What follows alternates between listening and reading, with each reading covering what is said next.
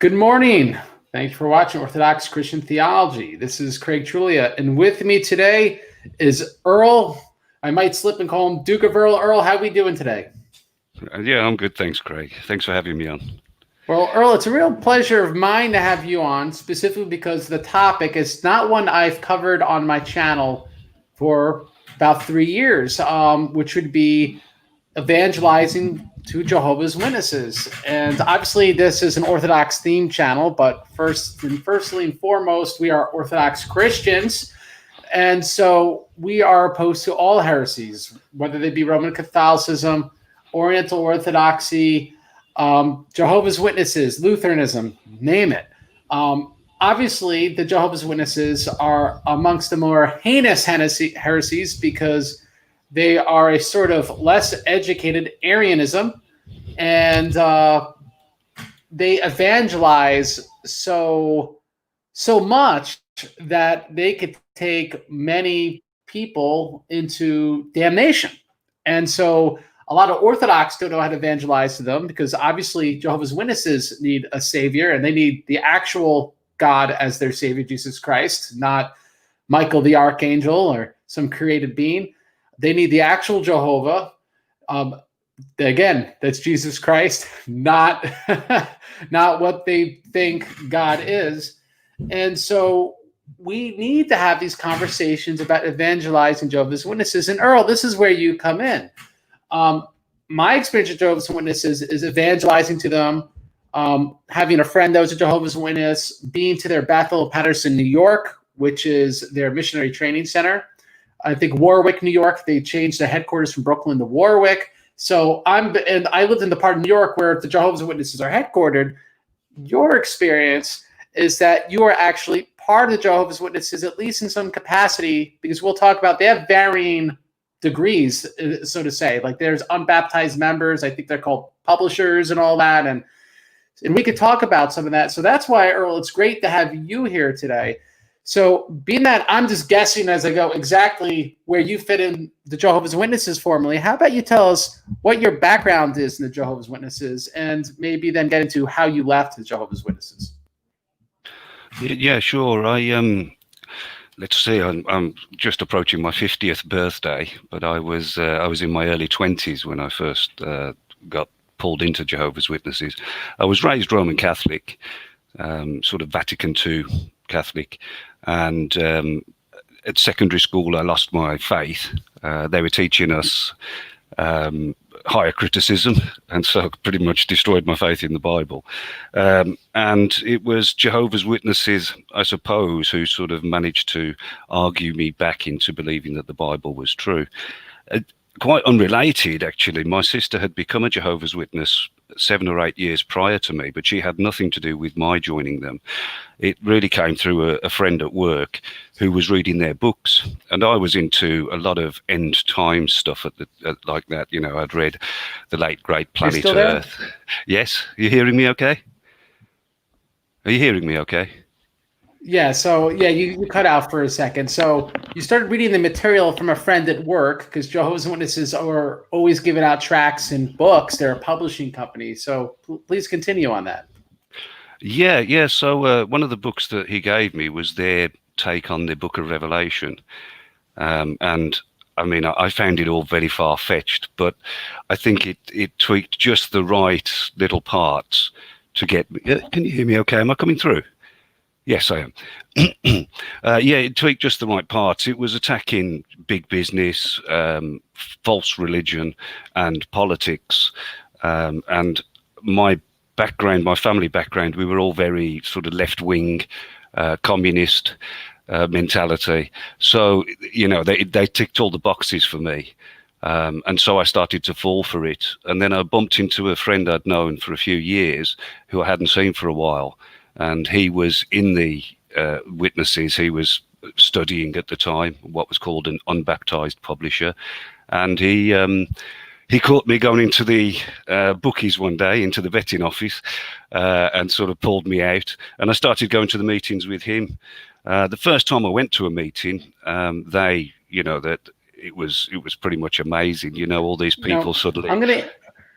Earl, I might be the world's worst host, so I'm going to interrupt you for 1 second, and then I Sure. want you to unpack your first meeting, which is obviously the Jehovah's Witnesses are theoretically apolitical, right? Being political is idolatry within the Jehovah's Witness organization. Yeah. But their material is subtly political. It's, for better or for worse, it's pacifistic. For example, like you were speaking of, they have a very critical look at whether it's big business and bureaucracy. And so it's very easy to sympathize because the system is broke, so to say, right? So it's very easy to sympathize with the critical take that Jehovah's Witnesses have on government, on big business and stuff like that. So I wanted just to reiterate, because that's exactly what you said. This comes out in the material. This was true back in the day when you were first exposed to it. It was true a few years ago when I was seriously looking into this. And so that comment aside, unless there's something you want to piggyback on that, their meetings, which are their church services, so to say, are not quite what we consider worship services. How about you tell me your impressions of what you saw in your first meeting and what you thought about it? Yeah, sure. It was, well, the first thing that happened was I was love bombed. So hundreds of Jehovah's Witnesses came and, felt like hundreds, sort of surrounded me and, were asking me questions, all very smiley. The girls were all, in lovely dresses and everything. So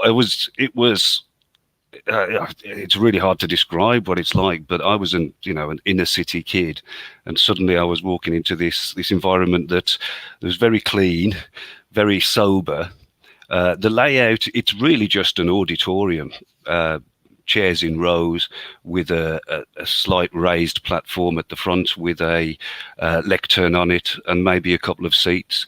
And that's about it. There's no art as such. There will be somewhere there some equivalent to Jehovah's Witness equivalent of a motivational poster, with some verse from scripture or something, probably the one mentioning the name Jehovah's Witness, Jehovah, or you are my witnesses, says Jehovah, the verse that says that. But other than that, it's a very sterile and ordinary, sort of corporate almost environment. And their meetings are really quite dry. I mean, there's no worship as such. They have songs, but the songs, I don't recall any song that actually praised God at all. All their music was about the organization. They praise the organization. They praise their own Watchtower organization. Now, let me interrupt you for a second. I've been to one meeting myself, and all the things you're saying are pretty much what I saw in a Kingdom Hall. They literally read out of their own, like the same magazines they give out, like Awake, and what's that other one called? My memory's failing. Watchtower is the main one. Right, the Watchtower. They literally read from the magazine. Like that's the servant. Like you could do that at home. And so they literally read from the magazine. They may have a traveling missionary. I forget the word they use for them. Might give a speech or something. Yes, the circuit overseer. Yeah, so like they might give a speech or a lecture, really. So like I said, very sterile, very much like a college. And have you been to the Bethel in Patterson, New York, or to any of their like corporate headquarters for any sort of like big meetings or anything, or you've only been back in Europe? Only in the UK. I've been to the London Bethel. Okay. Not long after they rebuilt at Mill Hill. I actually organised trips there, coach loads of witnesses, and they were mainly, tours. I never went on any official capacity. I did want to become a Bethelite, of course. Pretty much all Jehovah's Witnesses of a certain age are encouraged to, especially if you're single. And so I was single at first when I first joined the Witnesses, and it was one of those ambitions that, you think it's going to be super spiritual and everything else. Of course, I've since found out that it's a life of grind and actually not very pleasant. And you can just be thrown out back on the streets with nothing. I'm sorry, I have got a bit of a smile on me at the moment because you've got the Jehovah's Witness governing body member on the screen, whose name I can't remember, but he's got this rubber face. He's Stephen Letts, that's his name, Stephen Letts, and he is. I mean, he's just worth watching. Some of his his facial expressions. Yes, I was thinking the same thing, though. Let's unpack a few things he said there, because a lot of people aren't aware, and this will help you speak to Jehovah's Witnesses, because you start finding out their lingo and how they're organized. They're not organized by a governing body of 7 members. Now, Jehovah's Witnesses are very well their history, so they're aware the governing body didn't really always exist. You know, it's something that crystallized over time. You know, after their founder, I think his last name was Russell, but really, you know, Rutherford and this guy named Franz, who just refused to die, he just lived forever.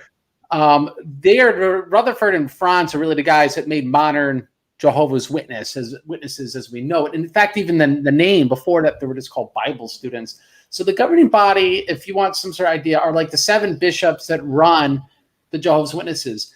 Now, they're sort of more similar to Orthodox, I would say, than Roman Catholics. They believe that the bishops are infallible, but they're not like to the point of utter absurdity, because there's been governing body members that have fallen away. One of which was one of Franz's nephews, I think. He was another Franz, and he's since fallen away, and he became another Arianized Christian, but sort of like he didn't start another religious movement. He just became kind of disillusioned. But that aside, so that's what the governing body is. Now let's talk about what a Bethel is. Now, a Bethel is sort of like the regional headquarters of some sort. And there's only so many Bethels. And if you know someone in a Bethel, all of a sudden it makes you important in a conversation. Especially, you know, at least for me, I'll use that in order to speak to people in conversation. Well, what goes on in a Bethel? I can't speak about the London Bethel, but I can speak about the one in Paterson, New York, because that's the one I lived near. The Bethel is essentially was a college campus. It was surrounded by farms. Now I'm going to explain why. They give everyone who lives in the Bethel a job. Now, if you're at the Bethel, you're either there to be trained to be a missionary or to help just keep the Bethel running. So if you're trained to be a missionary, you will learn a foreign language. And Jehovah's Witnesses take pride in learning a language other than their own. So like my friend who is a black guy, he learned Italian, and I'm Italian. I can't speak Italian like him. And so he was a great guy who knew Italian. And his job, his father's job was a plumber. And they took him and they made him work for, if I remember right, the art. They like giving you jobs you actually have no experience in. And he never complained to me about it being drudgery or anything like that. But it could be if you're forced to be on the farm and you're a lousy farmer, or you're forced to do video editing and you have no interest in video editing. I'm not quite sure the idea behind it, but they like giving you jobs that you're not suited for. So, for example, the Jehovah's Witnesses have auto mechanics on site, and they have an inspection facility for like New York State inspections on site. And so they'll have like female auto mechanics and stuff, and like, do you have experience in being an auto mechanic? She's like, no. Like, what are you doing this for? It's kind of weird, and I don't know, I can't give you a good reason why. It's just be aware of it, because that's just how it works. One other thing I'd like to say, two things actually. The Bethel in Paterson is very high tech. So like they have like automated, it's like almost you do an automated tour without someone there by just clicking screens. Now you can't just walk your way in. You got to know someone. They have security and everything. It's kind of creepy. How lock and key, it's like a prison, but you have these TV screens and stuff, and they'll tell you stuff about there. They do have art at the Bethel, a lot of art, whole painted murals. Now they don't treat them like iconography. They have whole painted murals. They have libraries in these Bethels, which if you're not a Jehovah's Witness, you're not allowed inside of them. What is in them is considered forbidden. Even for the Jehovah's Witnesses, they have to kind of sign in. And so like depending on what material they get, that could be problematic. Now, for those who are uninitiated, the reason is Jehovah's Witnesses have over time contradicted their doctrines, their stands on different issues, their prophecies.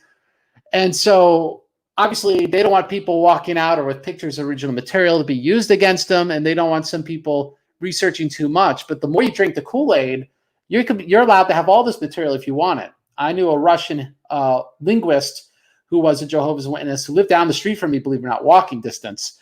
Because again, I lived near the Bethel, and she had all of the old Watchtower periodicals with all, and you would have all the contradictions in them. And though she was a PhD, because she drank that Kool-Aid so much, she was not the least bit bothered by it. The coolest thing I saw in the Bethel is they got a supermarket inside the Bethel. Now, there's no person that checks you out at the supermarket. It's an honor system. You're living in the Bethel. It's expected that you're not going to steal from there. So you take what you need and you pay for it, and no one watches you do it. So I found that pretty cool. And I go, it's a shame that Christians can't at least emulate the Jehovah's Witnesses in that regard. So I figured I'd say that about the Bethel because I've been there, but I've interrupted you long enough, Earl. So we went to the meeting. They read the Watchtower. How did you start getting more involved until you got to the point that you were bringing people to the Bethel to evangelize? Oh, well, I mean, I was like all Jehovah's Witnesses, you go through a Bible study to begin with, what they call a Bible study, which is a study of one of their publications. And you go through it a chapter at a time with somebody experienced. And it's really just a comprehension exercise. You know, you read the paragraph, read the question at the bottom, answer the question from what was written in the paragraph, maybe look up a scripture or two, and that was essentially it. And that's your indoctrination. At the end of that period, I had to sort of declare that I wanted to be baptized, and then you go for 3 meetings with 3 different elders who quiz you on the faith and whether you understand everything. And then, I got baptized in September 92 at what's called an assembly hall, which is used to be an old cinema theatre that the Watchtower purchased, the Jehovah's Witnesses in the UK purchased, and they use that for a meeting hall that groups of congregations get called to every now and then. They have what's called a regional assembly, and then they have usually bigger ones in the summer called district conventions. And so, I was baptized at a regional assembly at an old cinema that's now got a baptismal pool at the front and a large stage, and has been sort of really nicely done out. It's an older Art Deco type building, so they did. So when they baptize you, it's by full immersion. Yes. What do they say when they baptize you? Now that's changed. When I was baptized in the name of the Father, the Son, and the Holy Spirit, but single immersion. But they now baptize in the name of the Father, the Son, and Jehovah's Spirit-directed organization. This is quite a new innovation recently, and I think it speaks for itself where they're coming from.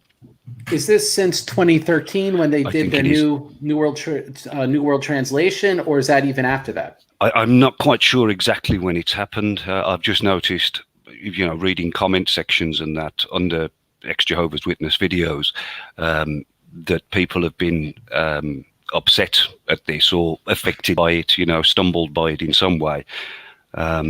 And so, it's one of those things that the Watchtower likes to change things as it goes along, makes them up as it goes along, constantly trying to reinforce its own authority. And so, they just can't seem to help themselves. They have to innovate, and in so doing, they always alienate.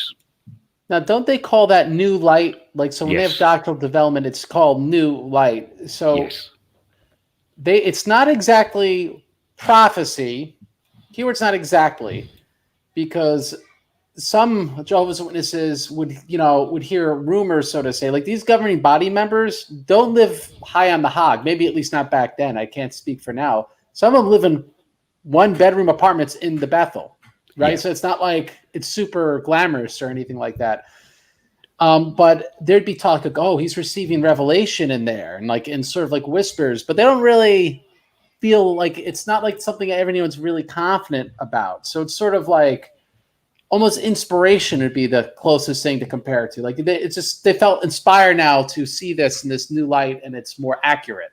So it's not quite doctrinal development. It's not quite prophetic. I don't know how else to explain it. I mean, would you say that's roughly roughly accurate? Or would you have another way of describing that? Yeah, I mean, it's sort of acting like a prophet while taking none of the responsibility, or it's effectively, Oh, that's it. it's effectively infallibility without the responsibility of not being wrong. So while a particular doctrine is held by Jehovah's Witnesses, you've got no choice but to hold it, even if you disagree, even if you think it doesn't make sense.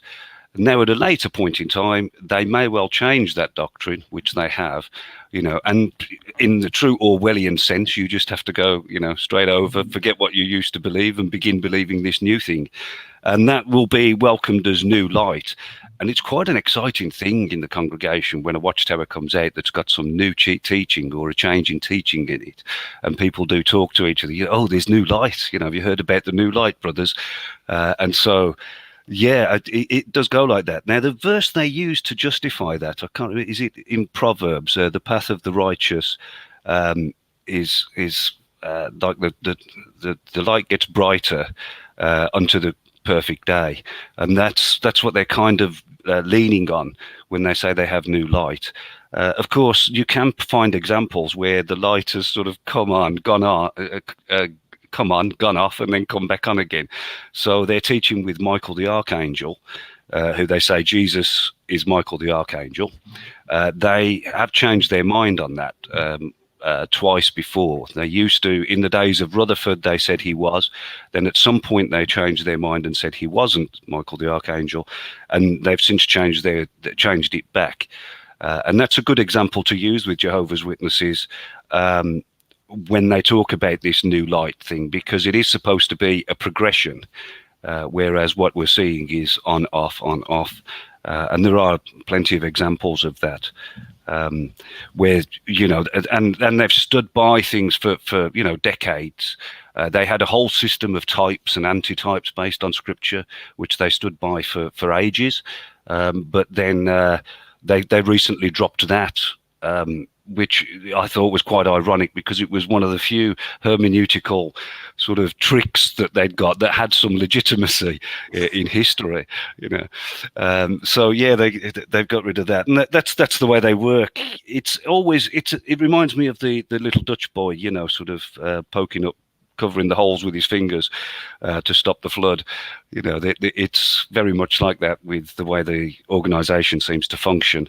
Whenever it's printing itself into a corner, it has to pull a trick. Of course, the most famous one was with their teaching on in Matthew 24, when Jesus says to the apostles, this generation will by no means pass away until all these things occur.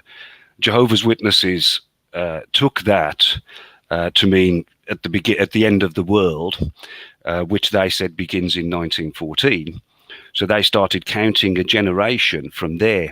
And in their earliest teaching on it, which is back in the 40s and 50s, they would say that somebody who was fully grown in 1914, were old enough to understand what was going on in the world, that was the generation. And so Jehovah's Witnesses were therefore promised that the end of the world would be here, Armageddon would come, before people of that age, people who were grown up in 1914, will have passed away. And now, obviously, time ticked on. These people started getting older. The Watchtower realised they were in a bit of a pickle. So they moved the goalposts a bit. And then they said, of the age of reason, people who were old enough to understand, And then, of course, as time ticked on even further, they said, well, if they were born in 1914, if they were alive in 1914, this is the generation. And, of course, they died out, eventually. And in 1996, 1995, the Watchtower just dropped the entire generation teaching, just at the time when it was getting to the point where the expectation in the congregations based around this teaching, the expectation that with so few people left around who were born in 1914, the end had to be coming soon. So it was a real upset for a lot of witnesses when we had this new light, as they called it, basically telling us that the generation teaching was just being dropped. And it was quite it's quite slippery the way the Watchtower Society does this, the kind of language they use. They almost sort of make it sound like they never really taught it. They just got a little bit enthusiastic about things, but now they're a little bit wiser, and they even, to a point, just make it sound like, because of the anonymous way that they address it, they'll say some brothers got, rather excited, or Jehovah's organization got a bit carried away. And that tends to put it on the average witness as well. And the average witness, they don't originate any of the doctrines. They just go around believing it. And so a lot of the witnesses then experience a kind of guilt, for their own part in believing this thing, and of course they then have to win the victory over their own memory again, and again in that true Orwellian sense, have to learn to think something entirely different, and just put down any disappointment or whatever else that these now dashed expectations have left you with. Now. One thing that always jumped out to me was their twisted translation of the Bible. They started using the King James American Standard Version, moved on with their own translation, which was made really chiefly by one of their governing body members who was actually a Greek, and with Franz, who took some courses in Greek back in college. So like the Greek, they had some expertise, and the Hebrew was more of a mystery how on earth they did the Hebrew, because they had no one who actually knew how to read Hebrew when they made their translation. And since they've done a New World Translation in 2013. So what are your comments on their version of the Bible? And if we were to speak to a Jehovah's Witness, how is it that their understanding of the Bible's translation may make it difficult to speak to a witness about what the scriptures say? Yeah, well, the clearest, that the one thing that the Jehovah's Witness Bible seems to be constructed for is to deny the divinity of Christ. All of the verses that indicate Christ's divinity, everything, from the most obscure to the most explicit, have been altered in some way to render them at least ambiguous. One exception I can think of perhaps is when Thomas says, "My Lord and my God." Jehovah's Witnesses just explain that away, almost saying that either Thomas looks up to the heavens when he says "my God," or he's blaspheming. It's an exclamation, and so they don't really acknowledge, even when it is quite explicit, they will explain it away. But of course, their most famous modification is John 1:1, which we know as, "In the beginning was the Word, and the Word was with God, and the Word was God." And they've just inserted the word "a" before the second God to say that the Word was with God and the Word was a God, with a little g. And they kind of use that in a similar way to when the Lord says in the Old Testament, you are gods over the people, when he speaks to the elders of Israel. And so they're kind of using it in that sense. And they then have a lot of sort of pseudo scholarship to support that. Whether it's quote mined from other sources, from Unitarians in the 1700s yes, and 1800s. Yeah, exactly. And they tend to, in the same breath as well, they do tend to look at people like Arius as their own part of their own tradition, as it were. People who laid the groundwork before them, who opposed the corrupt church. And that's the main thing about their approach to the Bible is, of course, they call it God's word. They're very Protestant in the way that they conceive of the Bible. They understand inspiration almost as taking dictation from the Holy Spirit, which they don't acknowledge as God, but merely as God's active force is the word they use for it, for him. So their approach to Scripture is completely sort of alien to an Orthodox Christian for sure, and it is something that's going to be difficult to get around, especially when you do come onto the question of the deity of Christ. Now, and let me it's so obscure. piggyback on this for a second before we're going to get into we'll get into Jehovah's Witness Christology more explicitly in a moment. But I just want to say this comment on the scriptures, which would be they, like you were alluding to, believe that essentially there was a great falling away right off the bat, right? A great apostasy right off the bat, very similar to the Mormons. And so because of this great falling away, pretty much none of the church fathers could be trusted. And there's a little less of this, but if you actually read their, like they have like a forward, not a forward, it's like an appendix to their Greek interlinear to the Bible. It speaks about, why they use the Westcott Hort, text for the New Testament for the Greek. And they even talk about, there's a Hebrew New Testament, and that's why we have the word Jehovah. Because the word Jehovah was in the Hebrew New Testament. Now, every scholar knows the Hebrew translation was made from the Greek. It wasn't like an original New Testament or something like that. But therein lies the issue. They will add the word Jehovah, where the Greek word Kyria, or however the Greek word for Lord is, because the apostles called Jehovah Lord. I mean, it's totally legitimate because the Septuagint does this, though not every copy of the Septuagint. Some copies of Septuagint would all be in Greek, but wherever Jehovah's name was, or Yahweh, or however you want to pronounce the the four letters YH, WH in Hebrew, they would keep the Paleo Hebrew script there where Jehovah's name is. I'll just use the word Jehovah because it's easier. And so it's not that it's illegitimate to use the word Jehovah, even in Greek translations of the Old Testament, because we have examples of that. The difference is in the New Testament, the apostles use the word Lord, just like some copies of most copies of Septuagint do this, and without scruple. But that's a weird pet peeve. It's a third rail with Jehovah's Witnesses. And they think this is all introduced by pretty much a conspiracy, a church-wide conspiracy of false Christians.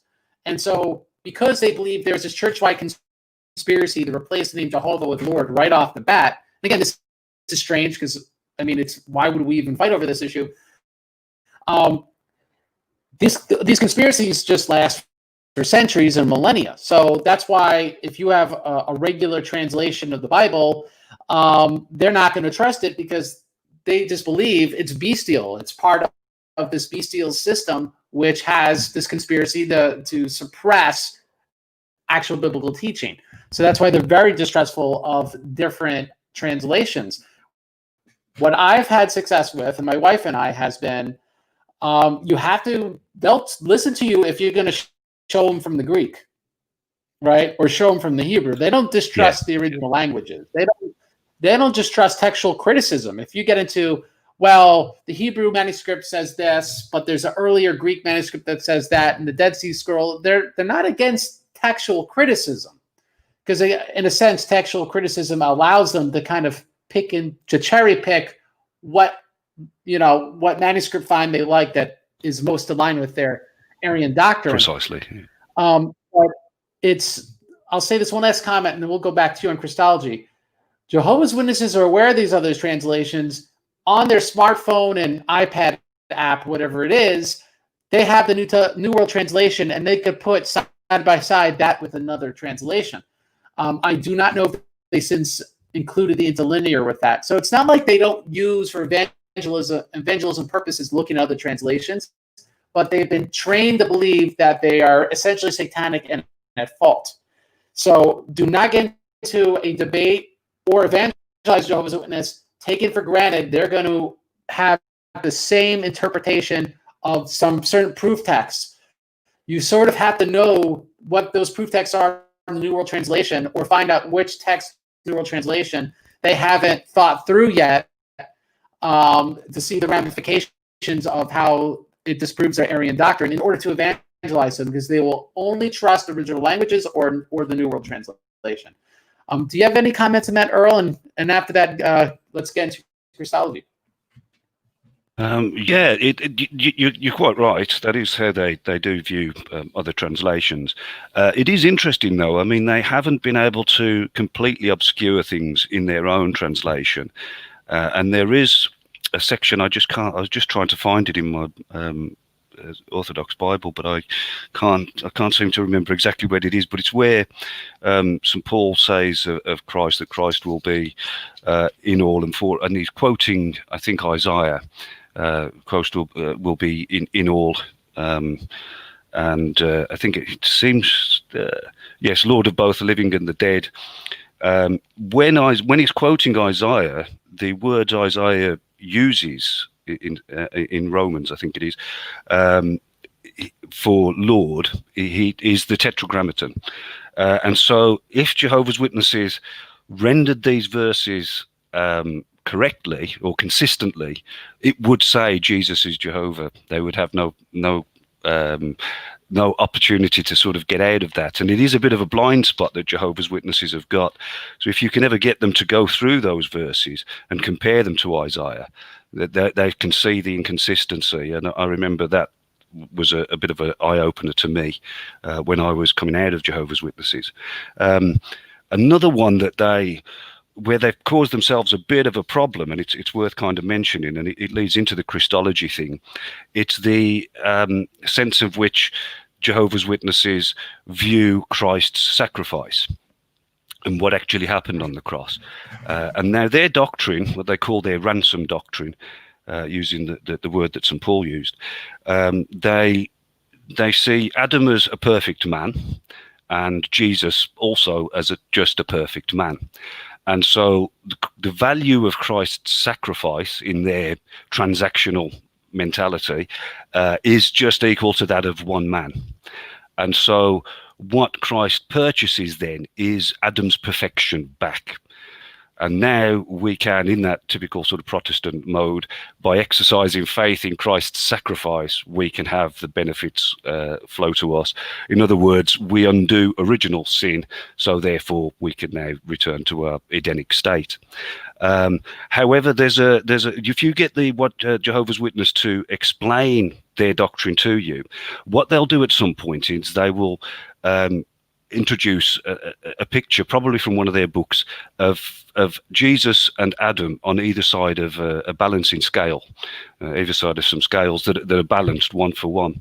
And then once you've got them to explain all of that, you take them to, I think, Hebrews 9:23, where it says that Jesus bore the sins of many. And then you get them to try and explain how Christ could bear the sins of many, and yet this one-for-one thing is what they're pushing. And that was actually the verse or the inconsistency that made me go, oh, there's more to it. There's a lot more to it here, and maybe we have misunderstood what actually happened on Calvary.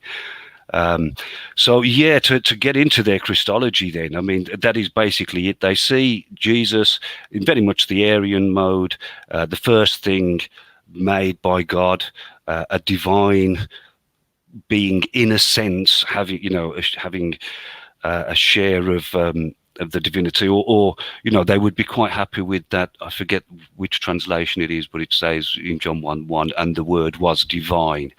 And they're quite happy with that kind of rendering because they don't see divine as synonymous with God. It's a divine thing.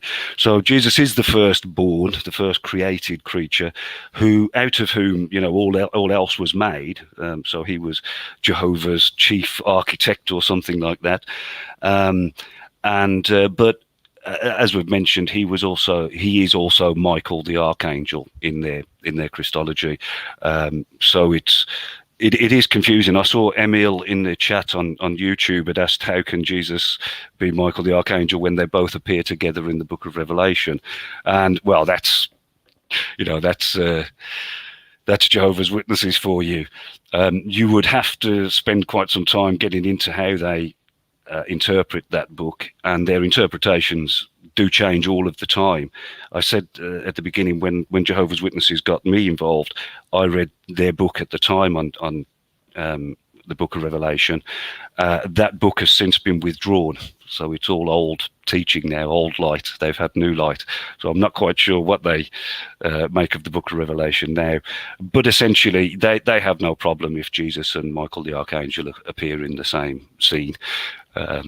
It's not a problem for them, but it might be an interesting one to get a witness to look at and try and explain, because it is difficult to get through to them. And the only way to do it, I often say, is you're not going to do it in one sitting. What you need to do really is sow little seeds, little questions that they're going to reflect on, be troubled over in trying to get answers to.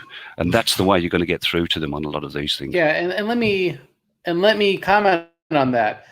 A Jehovah's Witness, in some sense, they exercise humility, because when you have a conversation and you bring up a trouble seed there, a trouble seed there, they will then go, I don't have an answer to that, but I'm going to speak to someone who does. And they'll go to the elder of their church, and he may or may not have some sort of canned answer from a periodical from the Jehovah's Witnesses. And then they don't have that, then they go up the chain, and eventually go high enough up the chain.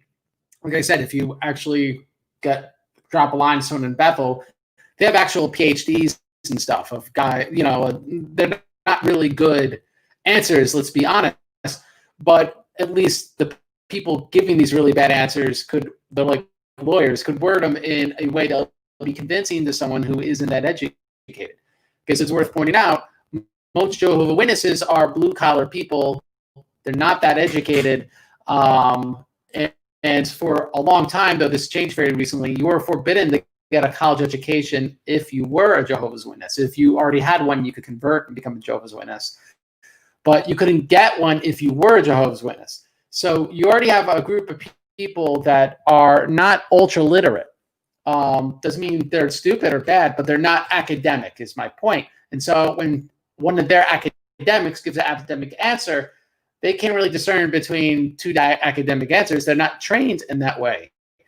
So the best, like you said, you could do is sow a couple things and hope that that person's conscience is not convinced by whatever answer they get up the chain. So that I'll just leave that comment there. And Earl, you keep going with this Michael the Archangel stuff. Yeah, well, I mean, what more is there really to say? It's Jesus, Michael the Archangel. How they really hold these two together, it's hard to say. I mean, I remember believing it, and believing that it was quite clear in Scripture, but now, I'd struggle to sort of reconstruct the thought process that helps me to helped me to sort of get my head around that. Yeah, if I remember, it's in 1 Thessalonians 5. It says Christ will return with the sound of the trump, and the shout of an archangel. And they go, there it is. Yes. Right? He has a shout of the archangel. It's not that the trump is announcing the coming of the king and the angels announcing with a shout the coming, right? It's not that. It's Jesus shouting, and he has a voice of the archangel because he's an archangel. Well, let me add this on Christology, which is, this is a subtle Christological problem, but if you read your Orthodox study Bible, it actually has the same heresy. All right? This is problematic, which is Jehovah's Witnesses believe that when Jesus resurrected, he became shape-shifting, that he could completely alter his appearance. Now, he is God, so obviously we're not saying this is actually impossible, because in God all things are possible. But the point of this doctrine is, he could change height to become totally different people. And their basis for this would be that people don't recognize Jesus after he resurrected. Now, if you read, I forget which study note, and if people really want it, I could dig it out the Orthodox study Bible. It actually repeats that. And it's kind of taking too literally a verse in chapter 16, the Gospel of Mark, saying that he changed his form. Now, the issue is the fathers have taught that the reason why they couldn't recognize Jesus is the literal thing that Luke says, God withheld their sight. So it's not that he looked different. God withheld their sight so they couldn't recognize him.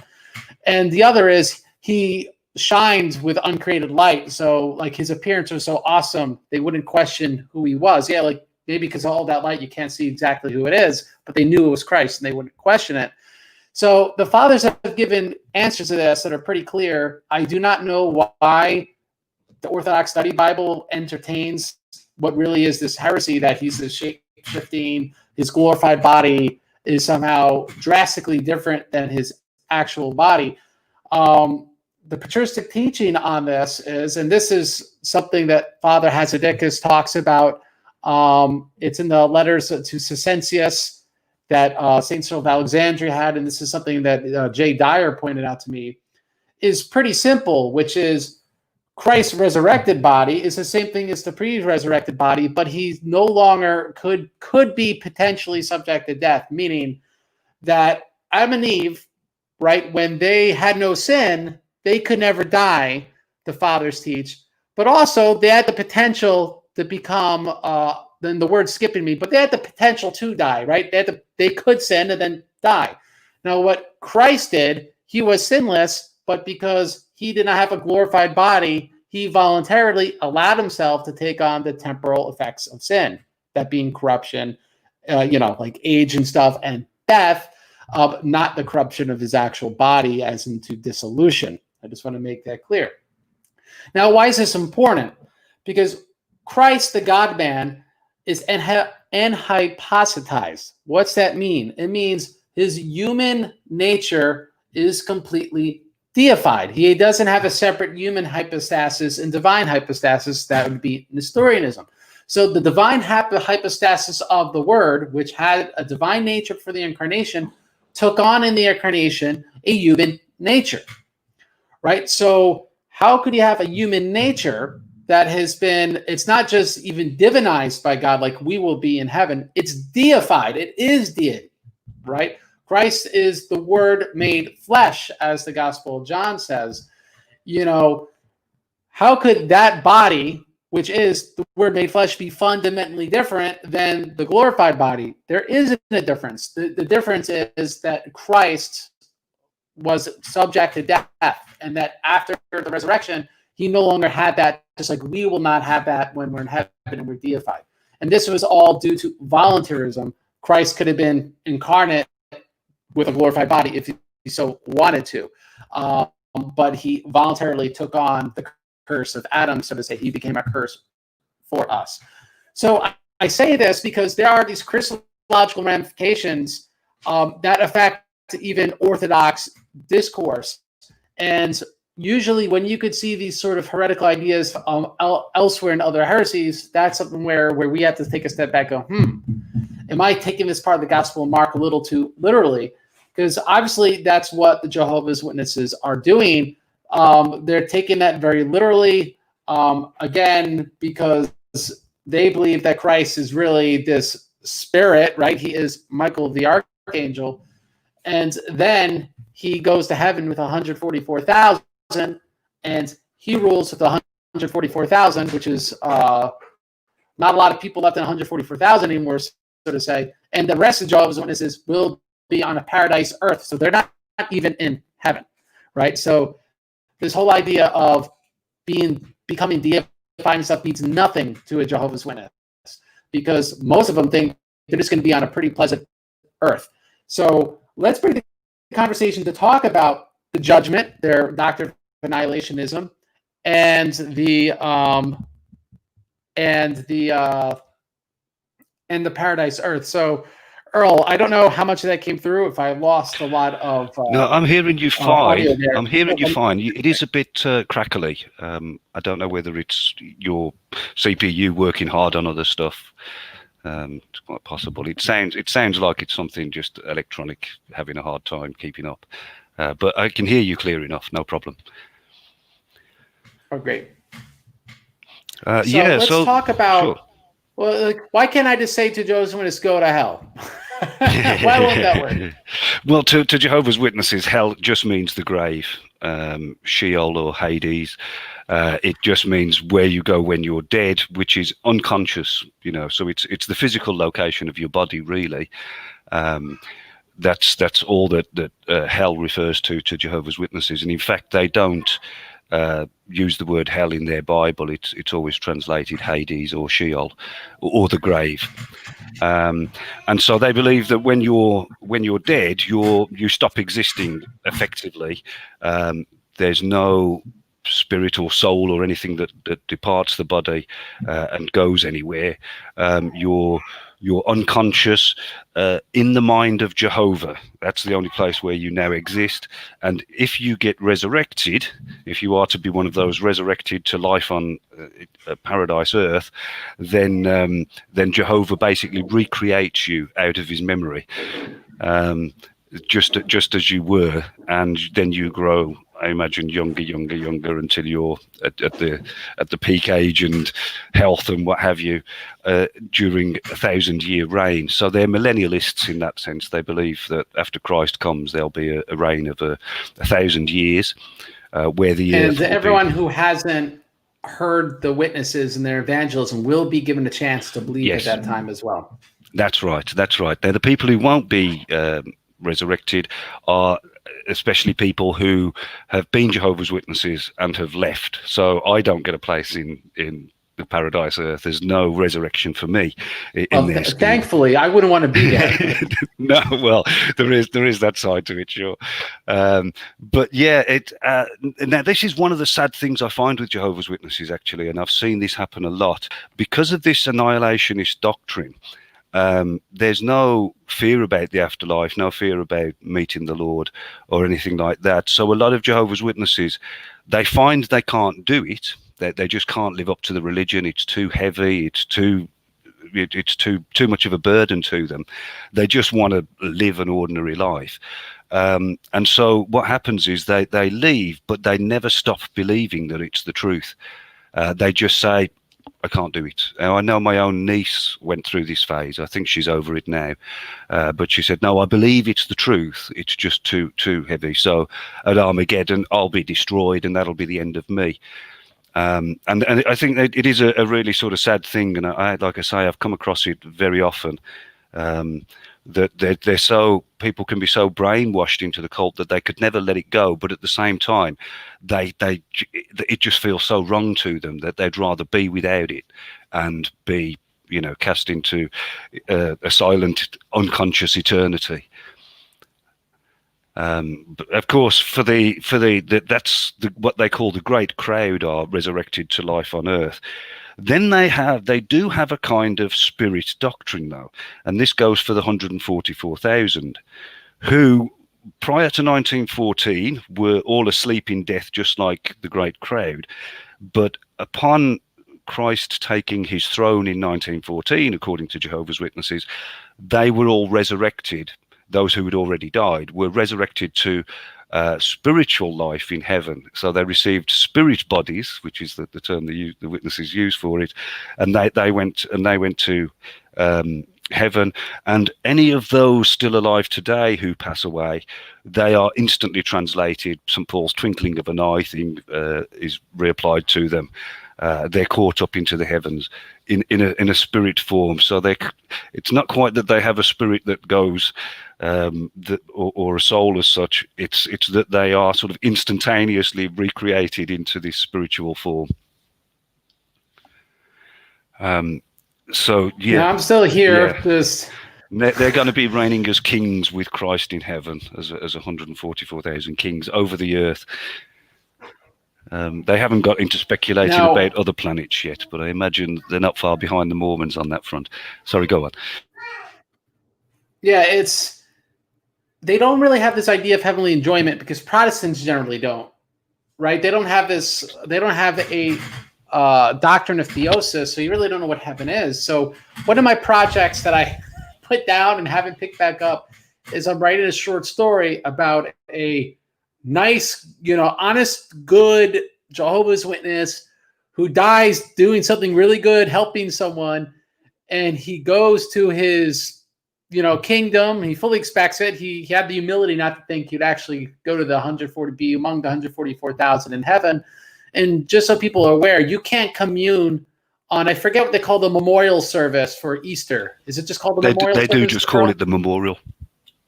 Yeah, so during the memorial, only if you're supposedly among the 144,000 do you even commune. So like they got this. Well, maybe we'll talk about that in a second about well, how do you get the gumption just to presume that upon yourself?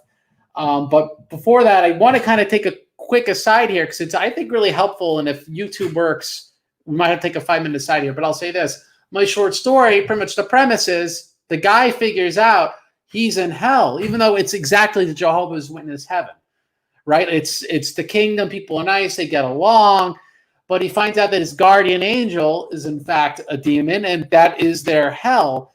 And why is this important? The reason this is important is because we believe as Christians, as Orthodox Christians, that eternity is becoming and being and enjoying and seeing, but according to his energy, the one true God.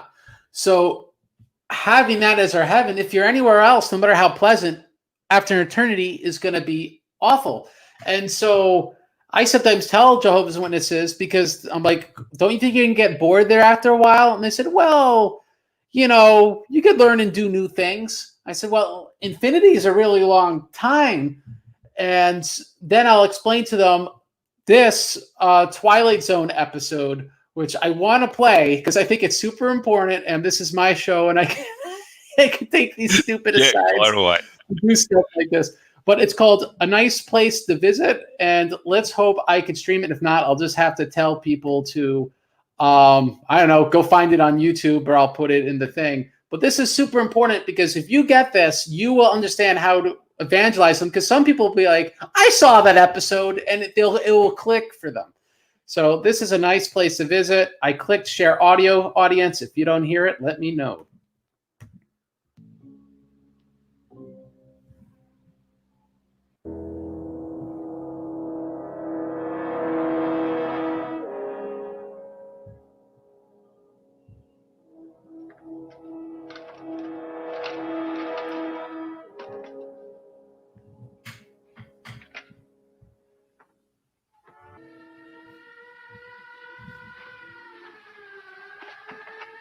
All right, so there's the thief right now.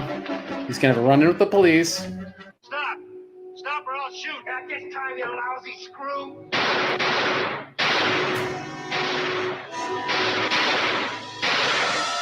Sucks to be him. Now he dies. There might be a protest.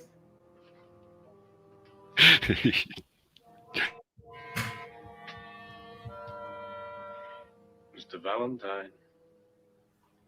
Mr. Valentine.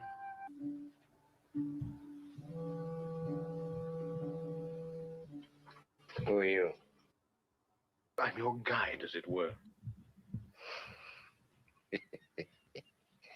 Guide, I need like a hole in the head. Oh no, StreamYard might be killing the video quality. We're going to try one more time to fix this thing.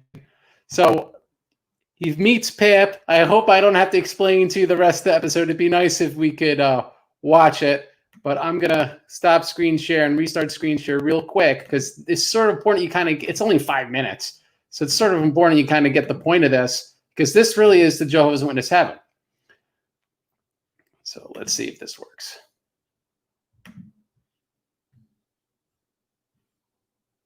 Like it? Yeah. Thanks to you, Mr. Valentine. Mm-hmm. Well, that is, if you approve. Yeah, I approve. What's going on here? Where am I? Mr. Valentine, do you remember when we met earlier today? I told you I was, in a sense, your guide, and you said you needed a guide like a hole in the head. Yeah? Well, as a matter of strict fact, you had a hole in the head only a short time before. A bullet hole.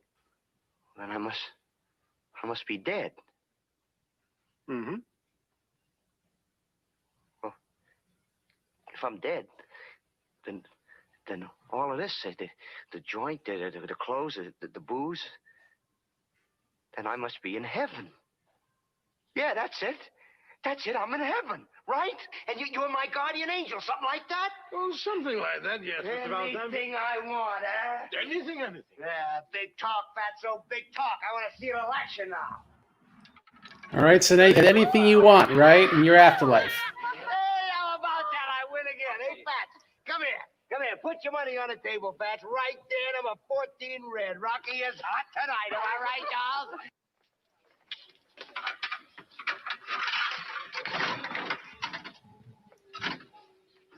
Right? Notice there's no God in this heaven, obviously. Yeah. Yeah, I'll be right back. I just want to get something cleared up with Fats. Kind of risque for 1960. Oh, come on, let's go. It's that late. I would have put it in the 40s, but of course, yeah, it's the Twilight Zone, isn't it? Henry Francis Fallon. So he's looking at his life's record, his deeds. 1923, Brooklyn, New York. Age of 6, slaughtered small dog. He thinks maybe they made a Age of mistake. 7, Don't know how stole bad he is. 14 toys from dime store. Age of 8, organized street gang, the Angels. Age of 9, broke into bicycle store. What is this, anyway? Your record? Well, you don't think it'd be some mistake, do you? Not likely. I can't figure it. But if it don't bother him, I ain't gonna let it bother me. You know what I mean?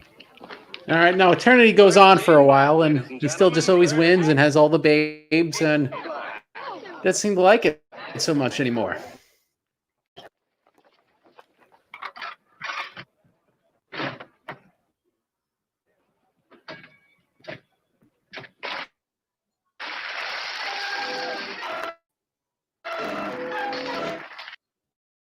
I mean, everything's great. It's really great. It's just the way I always imagined it, except that well, just between you and Fats. I don't think I belong here. I don't think I fit in. Oh, nonsense. Of course you do. Oh, no, I mean it. I mean it. It's just somebody must have goofed. If I gotta stay here another day, I'm gonna go nuts. Look, I don't belong in heaven, see? I want to go to the other place. Heaven? Whatever gave you the idea you were in heaven, Mr. Valentine? This is the other place.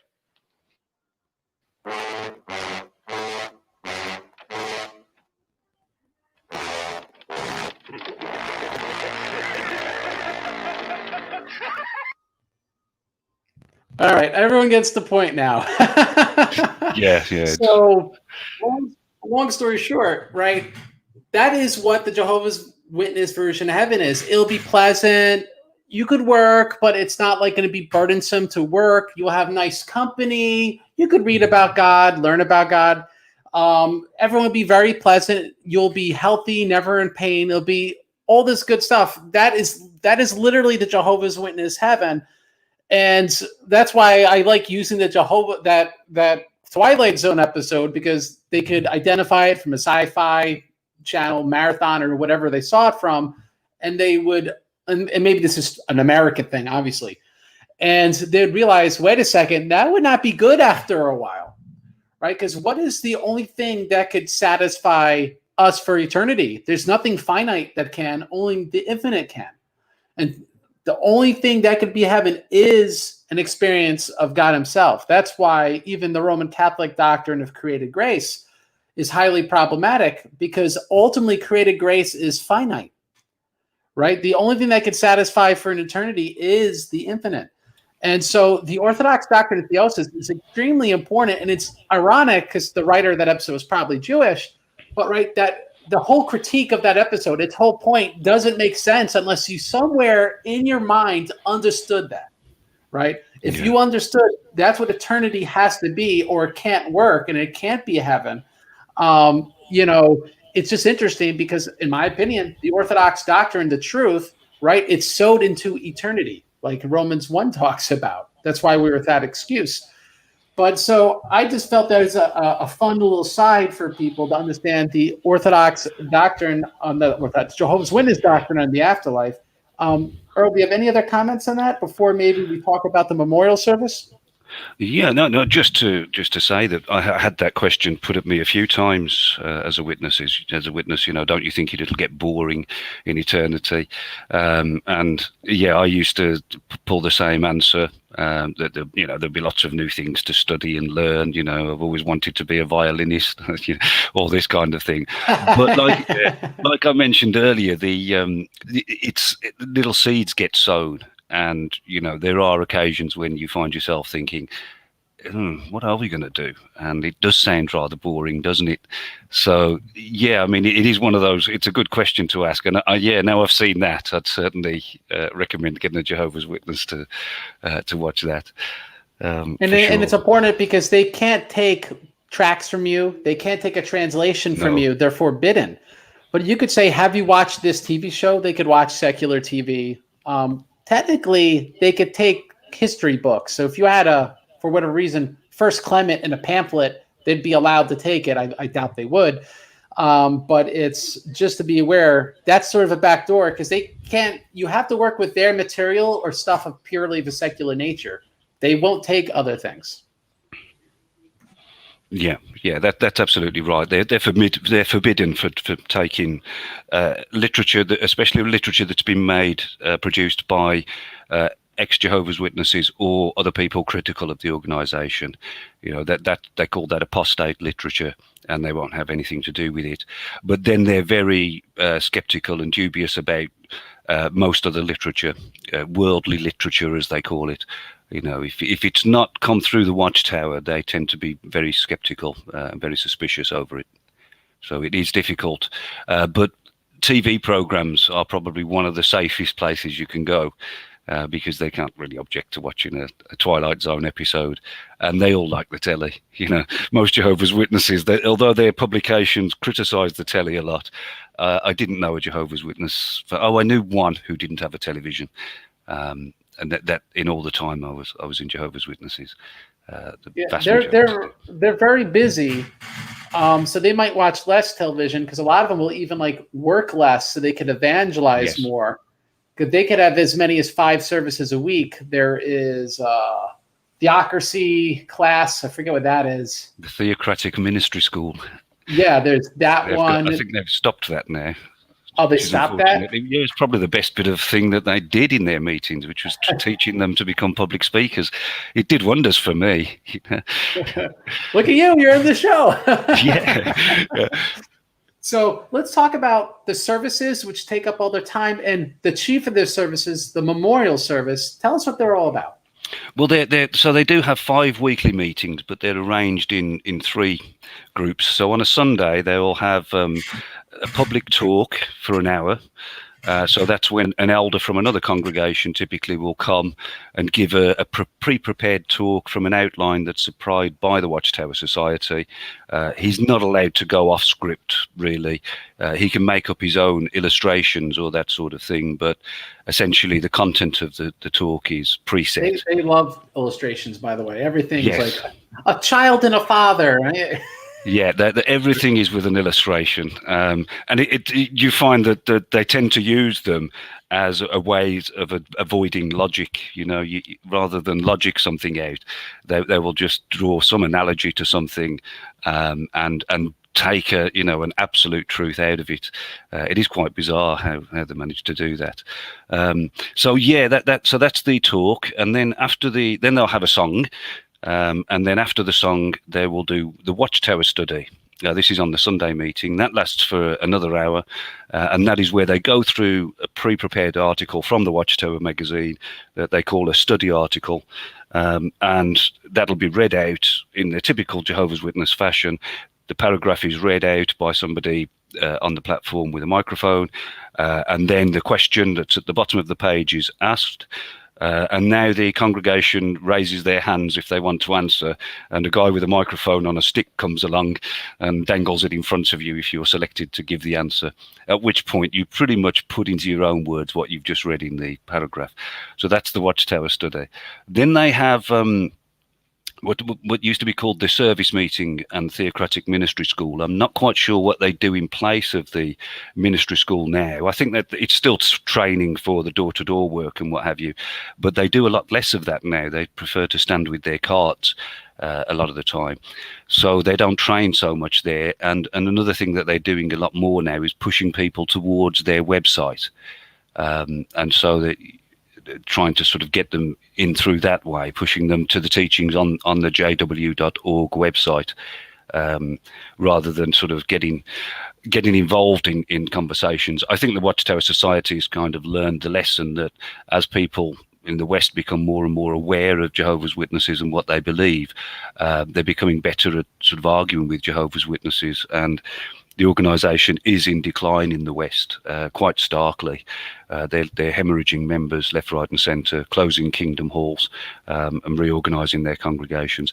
So yeah, so that's that. So that was the Theocratic Ministry School, was the meeting where they basically taught you public speaking. You would be required to give a talk based on a section of scripture, and you would get up on the platform and give your talk, and then you'd receive some counsel on how to improve, and you'd work your way through this book called the Theocratic Ministry School Guidebook. And like I say, it was the best part of Jehovah's Witnesses in many ways, although there was an interesting chapter in that guidebook, because it had there was one chapter on how to convince people, and it talked about how to use leading questions, and so it basically explained the techniques of rhetoric for convincing people without actually proving it to them, and I think a lot of witnesses picked up on it at some point and thought, there is something dishonest that we're being taught to do here, but of course you win victories over your own mind and you put it aside. Then the meeting after that is the service meeting, and typically they'll go over what it is that they're talking about this week, what's on the Watchtower magazine cover, how to get conversation started, and they'll have some demonstrations of that. And then there's those there are 4 meetings, but in two-hour chunks, take place at the Kingdom Hall. One on the second one on a weekday evening, usually a Tuesday or a Thursday, and then finally another 1-hour meeting is their book study, where they meet at a house in a smaller group, and they study one of the publications of the Society, one of their larger books. But again, in the same method: paragraph, question, answer, paragraph, question, answer. Now, those are the standard meetings, but then you have the memorial, which is their, how do we call it that? There's no sacramentology amongst Jehovah's Witnesses. The memorial is precisely that. It's just to commemorate Christ's sacrifice on the cross, but they don't. There's no, anybody who partakes of that is not partaking of communion as such. Now, unless you believe yourself to be one of this 144,000 heavenly bound group, you do not touch the emblems, they call them, the bread and wine. They get passed to you, and you just pass them straight on. And so every memorial I ever went to, nobody there touched the bread or the wine. It just went up and down the rows, and nobody stopped to take any. Are you sure you're not confused with attending a Russian Orthodox liturgy? All right, I'm kidding. Keep going. No, sure. Yeah, so that's sort of how that works. And so there'll be a long talk at the beginning. It's the one meeting of the year where Jehovah's Witnesses are encouraged to invite people. Jehovah's Witnesses who've fallen away or who've been excommunicated, what they call disfellowshipped, they will sometimes come to the memorial, especially if they're still believers. They will come, and so they tend to do. And of course, they take a big head count, and that's added up. All the memorial attendance all over the world is added up, and they kind of see this as an important statistic for them. They love their statistics. They're always taking reports on numbers and all sorts of things like that. And they're essentially quartodecimans, which was that heresy, basically about Nisan 14 and how to, calculate the date of Easter, and people who said that you should only celebrate the Eucharist at Easter. The Jehovah's Witnesses have put out articles on the Quartodecimans in the past, again, as people who were really in their, the groundbreakers for their organisation, as it were. And so, it's always on whatever they calculate Nisan 14 to be in that year, the Jewish month of Nisan, and so they always celebrated on that night, which is always a Thursday, I think. Though it is always, they always keep to the Thursday night thing. Now, to piggyback on a couple of things you talked about, here in the JW website, we could see they have videos on move on if they don't act. What do you do if you're having a conversation and they're not going along with what you're doing, or being adaptable in conversation? He's departed now. I had a friend named Don. Don and his wife Mary are Jehovah's Witnesses. Don's now dead.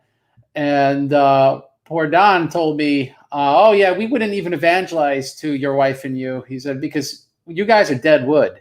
You guys are already convinced. And so we're told just to move on. So I'm not sure if that's just something that was just his own opinion or something he was just taught in Massachusetts, but I know that's something that's out there anyway. Yeah, it very much is. You don't waste time. I mean, they like to throw around scriptures like not casting your pearl before swine, or kicking the dust from your shoes. And that sort of thing. But yeah, what they tend to do is they'll come and visit you at home a few times, but if you don't agree, you don't get into the Watchtower Bible study with them pretty quickly, and you don't start, making the kind of changes that indicate that you are taking on board what you're being taught, then they will pretty much just cut you off, just leave you. Now, here is a video for those in the audience who have never been to one of the memorial services. And this is from their website, from a drama, which actually I find very entertaining, but you have to be a very strange person. And I would not recommend this to you if you're at all wavering in your faith to watch Remember Lot's Wife. It's an Asian drama, Jehovah's Witness style. My wife agreed. It actually was very entertaining. I don't know how on earth they did this thing with their low budgets.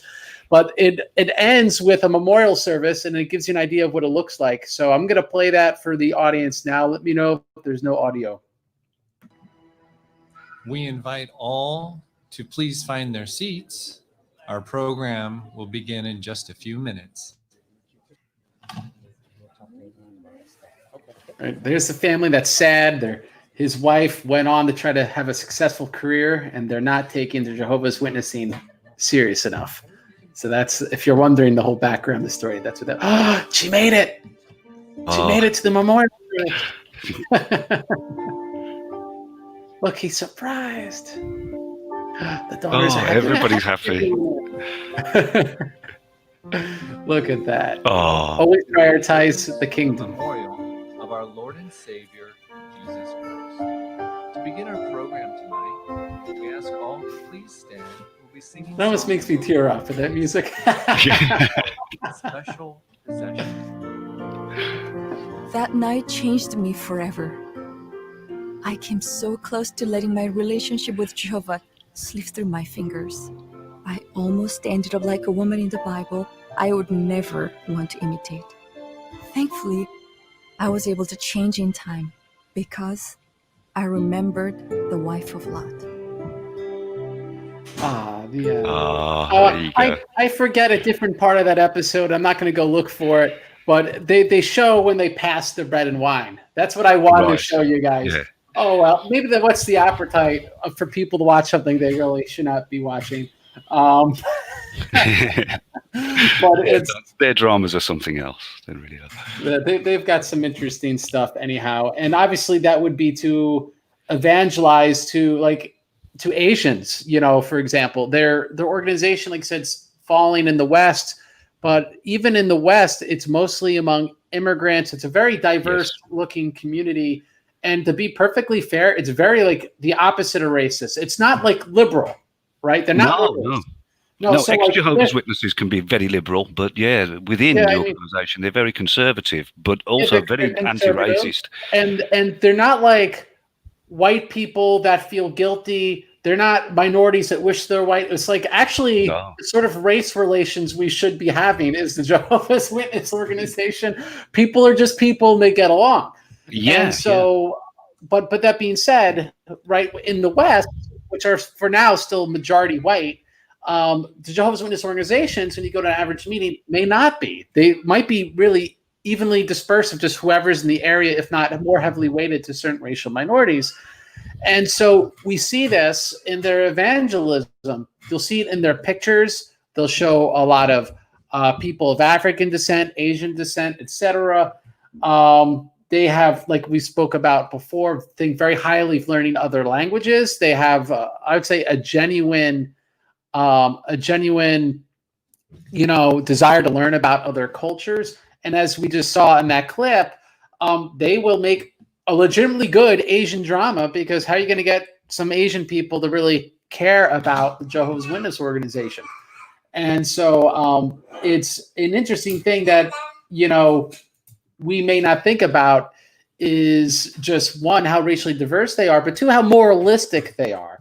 So what I found in evangelism is that Jehovah's Witnesses presume upon the fact that you're a moral degenerate. That's how they view everyone outside Jehovah's Witness organization. So you're always having premarital sex, or you do drugs, or you think you're in favor of gay marriage, or who knows what, or pornography. And so they will see all these things as bad. And so if you go, yeah, I'm a normal guy married to my wife and I'm against all that stuff, and by the way, your blood transfusion thing, that doesn't offend me personally, they'll be like, oh, you've got a lot of light. You have a lot of light. Like, they'll be surprised because they're so used to people being moral degenerates. And I think a lot of this is because the people they mainly evangelize to are on street corners in the inner city, and you're running into people that are less educated and are probability-wise going to be more likely morally degenerate, not because they're poor, but because what do you run into the inner city? A lot of moral degeneracy.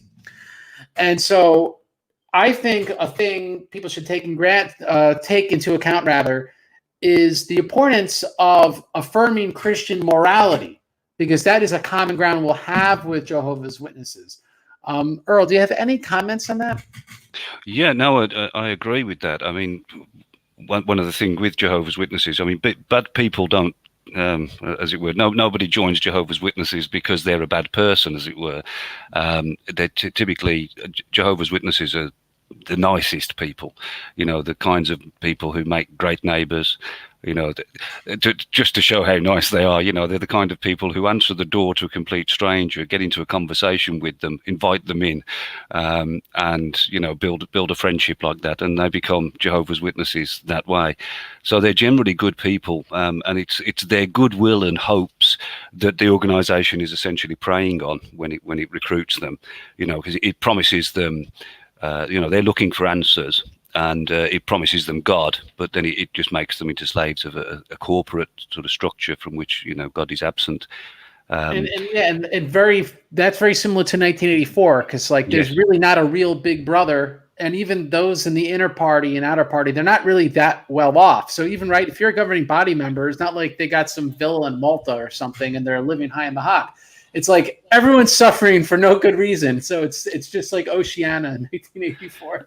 Absolutely. In fact, there is a book that's well worth reading called The Orwellian World of Jehovah's Witnesses. And it draws a lot of similarities between 1984 and life within the Watchtower Society, especially working at the Bethel and things like that. There's some interesting anecdotes in there. Oh, yeah. And if you've been to a Bethel, it's very... very similar. Yeah. Well, they do. I mean, they have their own newspeak. They have their own language, effectively, terms that they use that they sort of recognize between each other. There's thought crime. You can't, there's black white. There's, a great example is an elder who once said, if the governing body told me, pointing at a white wall, if the governing body told me that wall was black, I'd believe it was black. I mean, quite literally, Orwell's concept of black white just enacted there. Face crime. If your expression betrays anything in your thinking, you could find yourself pulled aside by an elder who noticed that your reaction was off. Of course, they're constantly rewriting their own history to obliterate their mistakes of the past, their false prophecies and other embarrassments that they've done. And so, I mean, there really is so many similarities between Orwell's dystopia and the Jehovah's Witness organization. So I'm glad you spotted it. I've heard it. I find it hard to believe. Yeah, I find it hard to believe, but I've been told that there's a lot of use of antidepressants and stuff within the Jehovah's Witness organization. Did you see any of that? Any of the drug use? I presume legal drugs, but if you've seen anything else, by all means, let me know. But I've been told that's very high. I ended up on antidepressants in Jehovah's Witnesses. I got depressed in my third year in. I didn't realise it at the time, but of course it was the beginning of my sort of losing faith in the organisation altogether. But at the time, it was just depression. And it was common. Of course, we always put it down to the attacks of Satan. And, one of the places where it got very common was in the Bethels itself, in the Bethels themselves.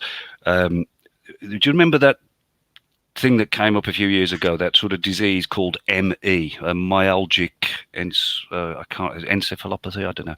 It was people who suddenly felt, tired for no reason, their bones ached and what have you.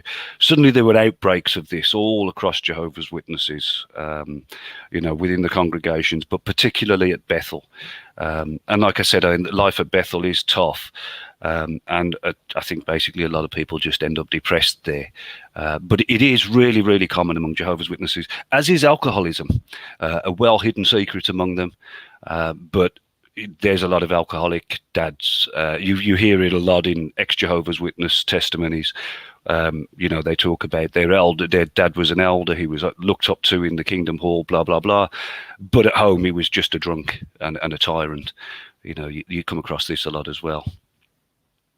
Well, it's because there's nothing ever good enough. You can't. And I think it has to do with the ego. Yes. Ultimately. You can never do enough hours of evangelism. You could never answer everyone's questions. You can never live a holy enough life. It's very much a works-based system of salvation, and none of them really know. They hope to go to the kingdom. They really don't know if they're going to the kingdom. Yeah.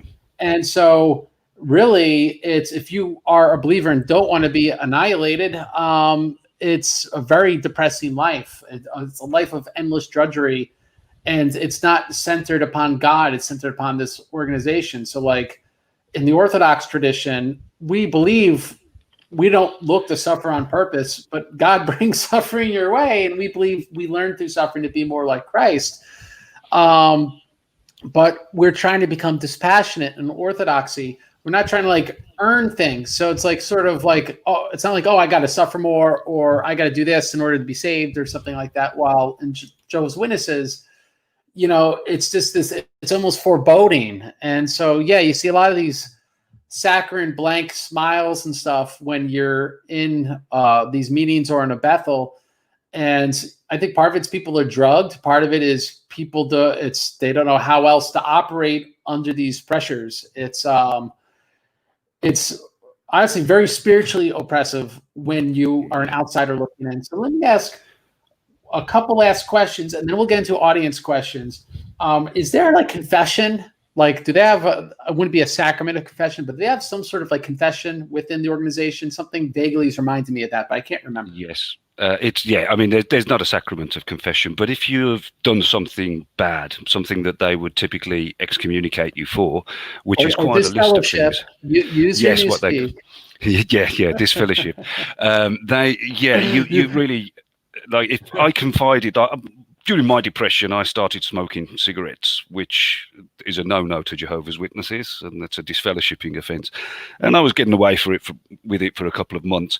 And a friend of mine who was a witness as well, he was saying, well, it's none of my business, I won't do anything. And I pointed out to him that actually the Watchtower says that he should tell the elders on me. So he did. He told, and then I got a phone call and then the visit, and basically they just asked me outright, "Have you been smoking?" And I said yes. And that was essentially the confession. At that point, then they were going to give me some spiritual assistance. So the next day, I got a phone call inviting me to go to the Kingdom Hall to meet with a couple of elders.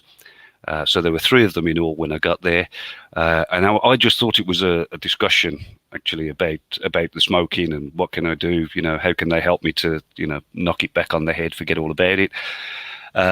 We had this discussion for a good hour or so, and they kept asking me, can I swear never to smoke again? And I was saying, well, you're telling me to say I'm never going to sin, I can't do that, but of course my intention is never to smoke anymore. And they said, well, wait outside for a bit, while we have a discussion. So I was waiting outside thinking, oh yeah, these guys are, they're working out some way to sort of help me out and a program of sort of prayer or whatever. And then they called me back in and told me I'm disfellowshipped. And the reason they disfellowshipped me is because I would not swear never to smoke again.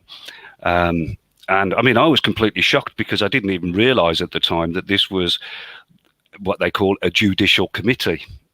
Which is where the official term for when they get together to discuss somebody's sin in a judicial sort of format. So I just thought it was me and 3 of the elders having a cozy chat, but no, they were. I was on trial and I didn't realise it. So they got rid of me that way. But once I walked away, I felt a huge weight lifted off me. It was a while before I came to Christ, but I hadn't lost my hunger for the truth, and I had come to realise that Jehovah's Witnesses didn't have it. And one of the things that did that actually was the heavy shepherding. And at one point, I got a visit from an elder who brought the Jehovah's Witness equivalent of a bishop, what they call a circuit overseer, but that's how they translate the word episkopos in the Greek. And so this circuit overseer, I knew him quite well. We were quite good friends. We got on well. He'd been at our house just a couple of nights previously for dinner, so we were getting on well. And he came in and he sort of said, we've come to give you a shepherding visit, a shepherding call. So because we had the meeting with the body of elders last night, and we were discussing about who should be put forward to become what they call a ministerial servant, which is a deacon in effect. So they were, and the circuit overseer said to me, he said, well, I asked the elders why your name hadn't been put forward. And they said it was because I wasn't seen to be doing enough on the work, on the door-to-door work particularly. Although I was putting in the hours, I wasn't at what they in the morning before they go out door-to-door knocking, they have a meeting at a house. They get together at a house and they call that the group. So I wasn't visible at the group enough. And so I ended up sort of going into this with them and sort of asking about it and sort of trying to make sense. And it just became, I realized at that point, it was all about pleasing men. It was, I'd been brought up a Catholic. I knew the Gospels very well, and I'd always been touched by Christ's anger at hypocrisy. And, I'd sort of inherited a lot from that, not letting the left hand know what the right hand is doing and all of that. And now suddenly I was sitting here with these 2 men who were telling me I had to put on a bit of a show. People needed to see. And I just could not square that. And that was the beginning. And I think I stopped going to meetings after that. And I got a phone call from the elder who sort of apologized for discouraging me. But I mean, basically, by the time they'd gone, I was so down. I mean, the thing was, I didn't really care about becoming a deacon or whatever. I always had the attitude that if, Jehovah wants me to serve him in that capacity, then he'll open the door. He knows my heart, and that sort of thinking. And so it was a real sort of kick, for them to just turn up, tell me that they're not going to make me something that I was sort of hardly really wanting to be. But although we were encouraged to, I just ended up getting, really, really despondent because I couldn't square it with the Christianity I saw being preached by our Saviour. So, you know, that was the beginning for me, and it really did lead me into a pit of despair. There are a lot of stories I've heard from ex-Jehovah's Witnesses who all have had a similar experience as I had, which was I went along to the convention, the district convention, which is their big summer meeting, which they usually have at a stadium somewhere. And my sister was there with her daughters, and I was there with my wife. And it just, whereas in the past years, these had been like really joyous occasions for me. I absolutely loved being there. This time, everything seemed grey, and the people seemed grey and robotic. And I've heard a lot of people have said they've had the similar experience. They'd be there in the assembly or the convention, and they suddenly look around and everything looks different. Everybody looks burdened and tired and stressed and bored. And that was it. And it was quite a cold day, so I said, I'm going to shoot home, get some blankets and what have you. And I left the stadium, jumped in the car, and when I got nearer to home, I remembered that a friend, it was also a Jehovah's Witness, I hadn't seen him, so I went to knock on his door, and he was sitting in the back garden having a cigarette, and he said, I can't be bothered. And I said, I know the feeling. And then he was worried that I was going to tell on him for smoking, but I picked up the box, took one out, lit it, and sat with him and had a talk. And that was the beginning of the end for me, when I just knew that I didn't belong there anymore. And it was just depressing me. And a lot of Jehovah's Witnesses do experience this. As I spoke about earlier, there's a lot of people who say it's just too hard. You know, I believe it's the truth, but it's just too hard. And they end up, you know, just becoming what the Jehovah's Witnesses call inactive. They never reject the religion. And occasionally they may get a visit from the elders trying to encourage them to come back. But typically such people just live in limbo. And really that's why it's that same depressive thing. You're muted. When you were disfellowshipped, did you think you'd come back at some point if you quit, or did you just give up at some point and use that as a time to get out, or what was running through your mind, and how did you feel about God at that time? I wanted to come back, I think, because I did still sort of believe it was the truth. I hadn't had my mental conditioning quite broken yet. But I was a window cleaner, like a lot of Jehovah's Witnesses do. And I'd got a few Christian to be evangelical customers, and I'd spoken to them about Jehovah's Witnesses, you know, about matters of religion and what have you, on and off. And one day I was sort of doing their house and got talking to them again, and they said, and I mentioned that I was no longer officially a Jehovah's Witness, and they went and got some tapes they'd got of sort of Christian, evangelical Christians giving talks about Jehovah's Witnesses and sort of critiques. And I thought, well, okay, it can't hurt, you know, I'm now allowed to, you know, listen to this stuff. Let's give it a go. And I still believed in God. I absolutely believed in God. And I was, you know, going for prayer walks and that sort of thing. And I thought I was going to go back. When I was disfellowshipped, I remember walking back in the house, and my wife, you know, was standing on the stairs sort of waiting for me. And I just looked at her. I said, they've disfellowshipped me. You know, and she couldn't believe it. I couldn't believe it. We were both upset. She went off round to the elder's house to sort of have a telling off with him. And they were saying, you know, it's okay. He can come back. He needs to, you know, stop smoking and what have you, and jump through the hoops. And I was sort of willing to do that until I listened to this tape. And most of it just went over my head. But then there was one question from somebody towards the end who asked the pastor speaking what about Jehovah's Witnesses redemption doctrine, and he pulled out that verse from Hebrews 9:23. He bore the sins of many, and that was when the door opened to me to believe in the possibility that Jesus was God. Once I got to the point where I realized that the apostles believed he was God, then I was pretty quickly Trinitarian, and then there was no way back. Because once I realized that all this thing that we'd put on Michael the Archangel, God had actually taken on himself, it was well, as you can probably imagine, it is a revelation to you, and you just couldn't go back to believing that the previous thing. Suddenly, the God that you used to believe in is inferior to this Trinity.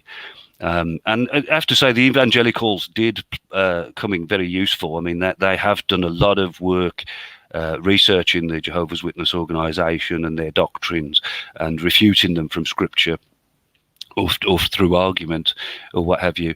And so, yeah, I spent a lot of time sort of devouring a lot of that stuff. And in fact, it was how I brought my wife. I'd married her inside the organization. She was raised a Jehovah's Witness, and I managed to sort of get her out and convert her using literature from evangelicals. Jehovah's Witnesses had a booklet called "Should You Believe in the Trinity?" which was basically, the answer to which was no, was their answer. And this book was full of all sorts of historical falsehoods and what have you, and Bible misapplications, but essentially making the argument that the Trinity was a pagan doctrine imported into the church during this great apostasy that happened immediately after the apostles.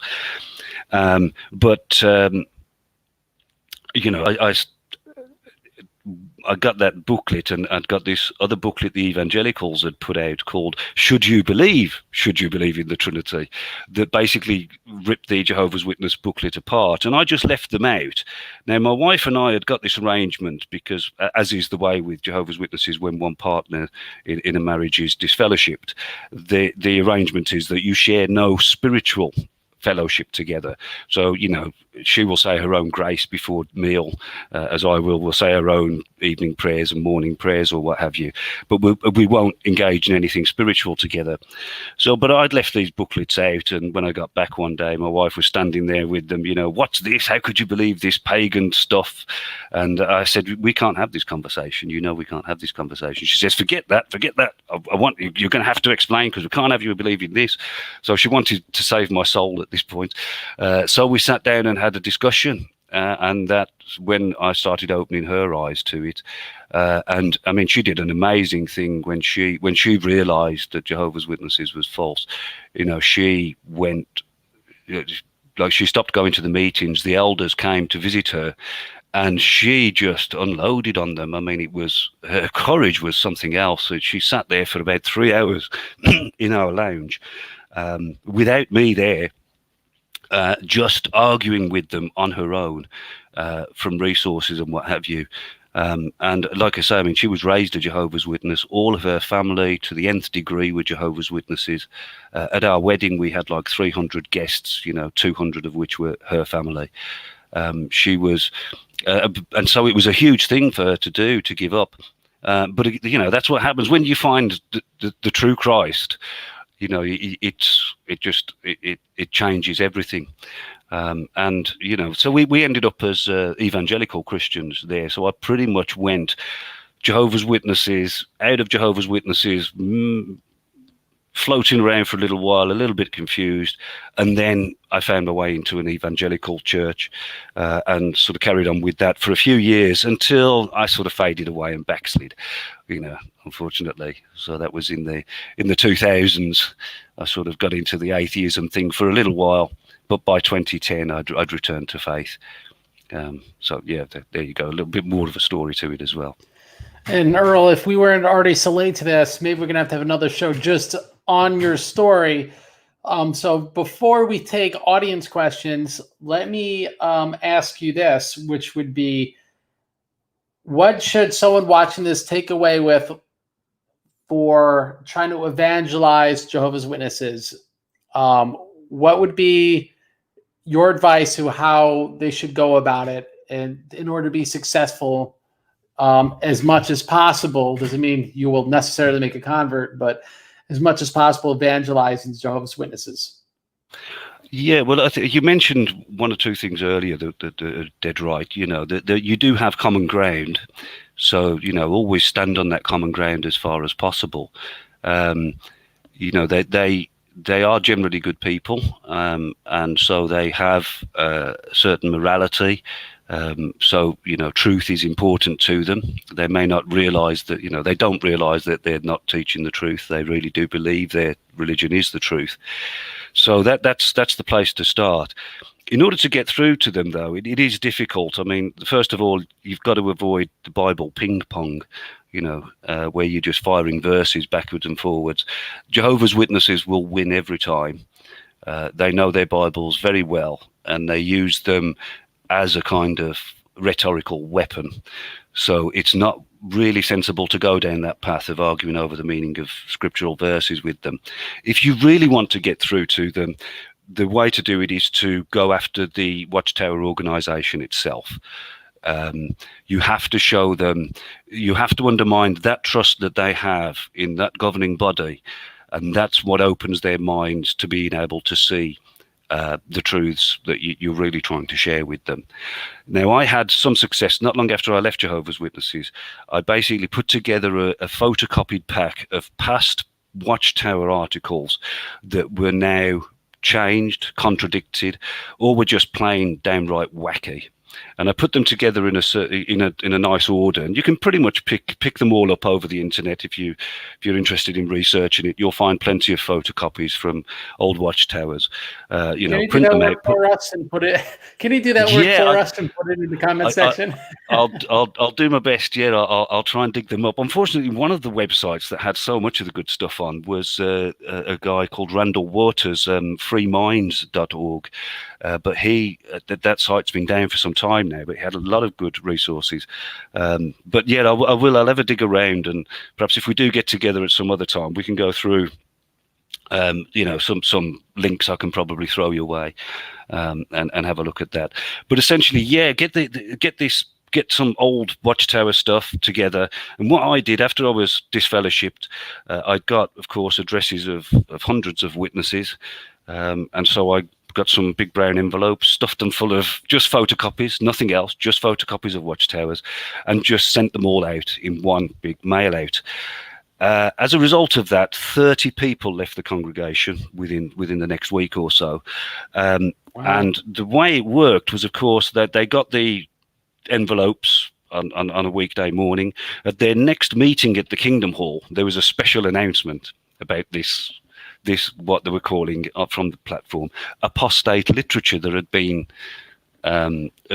delivered, and telling people that you have to throw it in the bin. You can't even look at it. You have to throw it in the bin. And of course, everybody there thinks, but it's just Watchtowers. How can Watchtowers be apostate literature? And that was the trick. That was the trick I went for. And it turned out, yeah, it was several families and 30 or more people in all who left.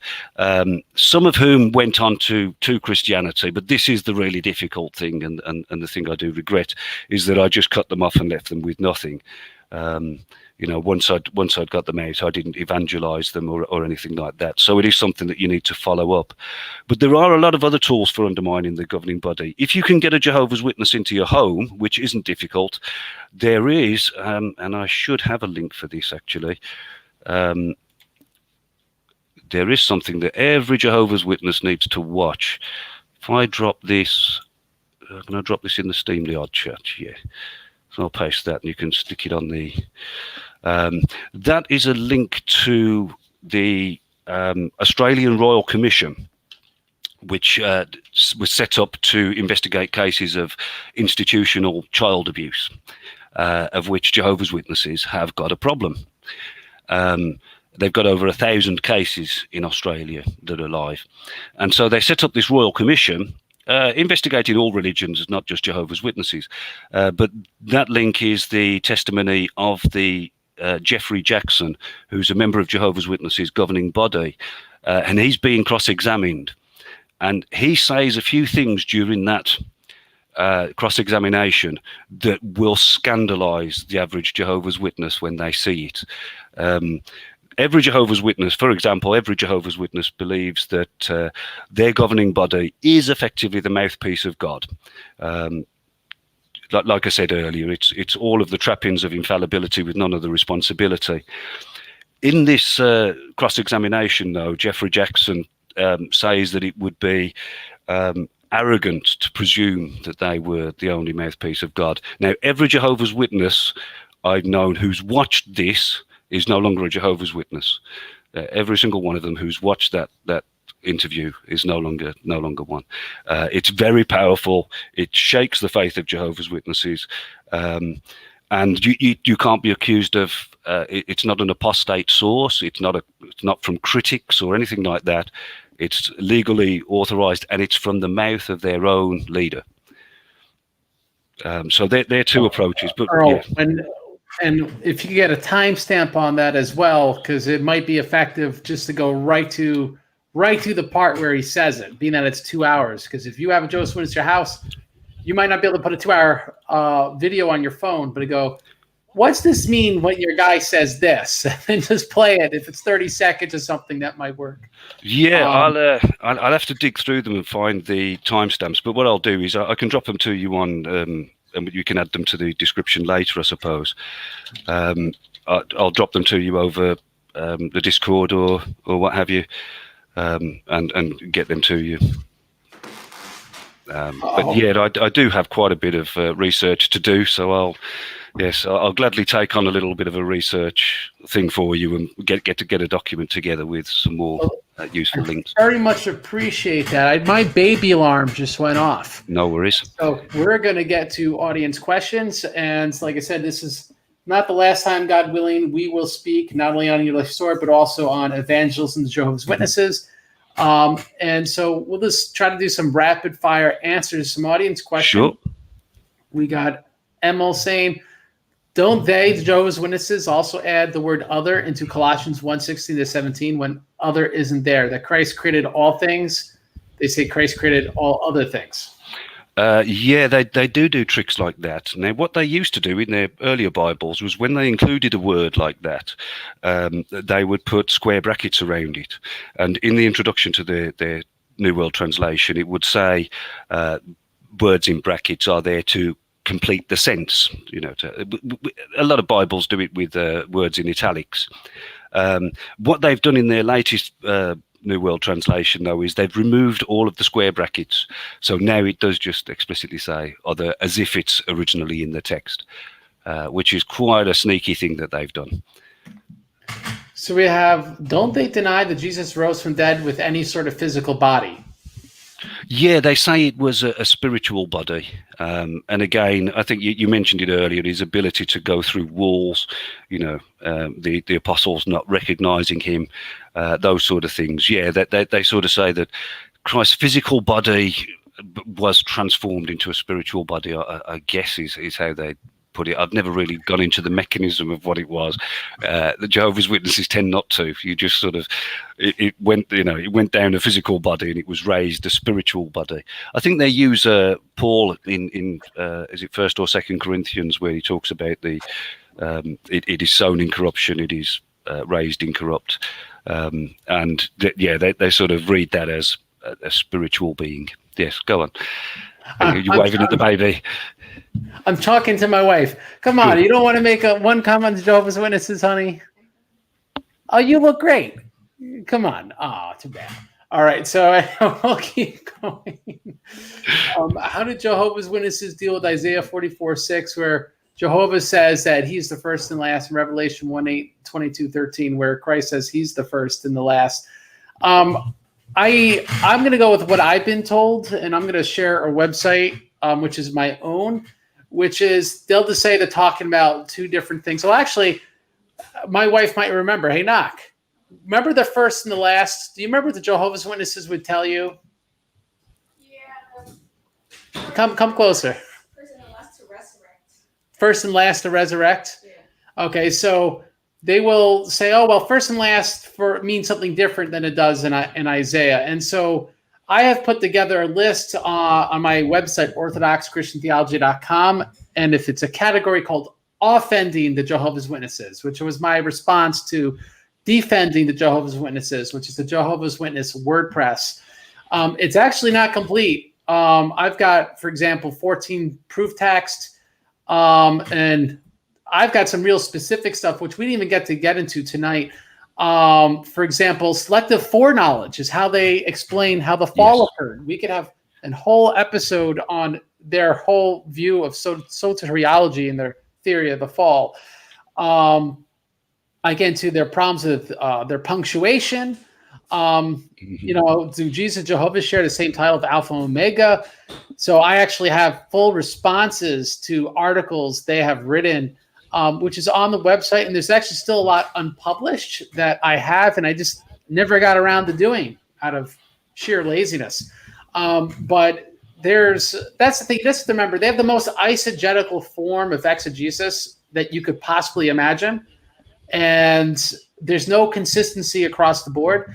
So that's just something you have to just realize when you deal with them. Because again, the Watchtower it's like us with the fathers, right? The fathers say, I don't know, I'm just going to make it up, that the red thread of Rahab was Christ's blood, like his First Clement talks about that, right? Of course, the scriptures aren't very explicit about it, but they say it. It's typologically consistent. We go with it.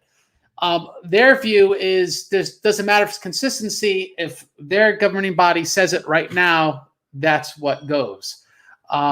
So they have responses. They're not very compelling responses, but they don't really care that they're not that compelling.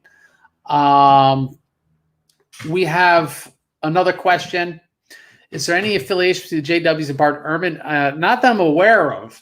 No, again, biblical criticism and stuff, but I would say more so Muslim debaters will use Bart Ehrman's research than JW. Yeah.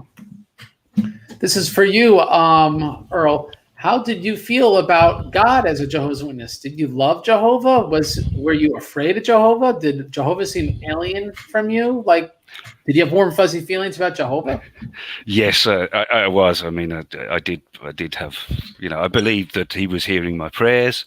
I was talking to God. I had, Jehovah's Witnesses don't have written prayers, so they always pray extemporaneously.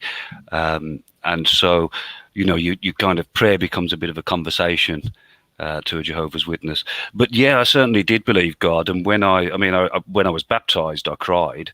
And like I say, I was very zealous, and I didn't live in fear of God because I believed I was in his favor, by doing everything right.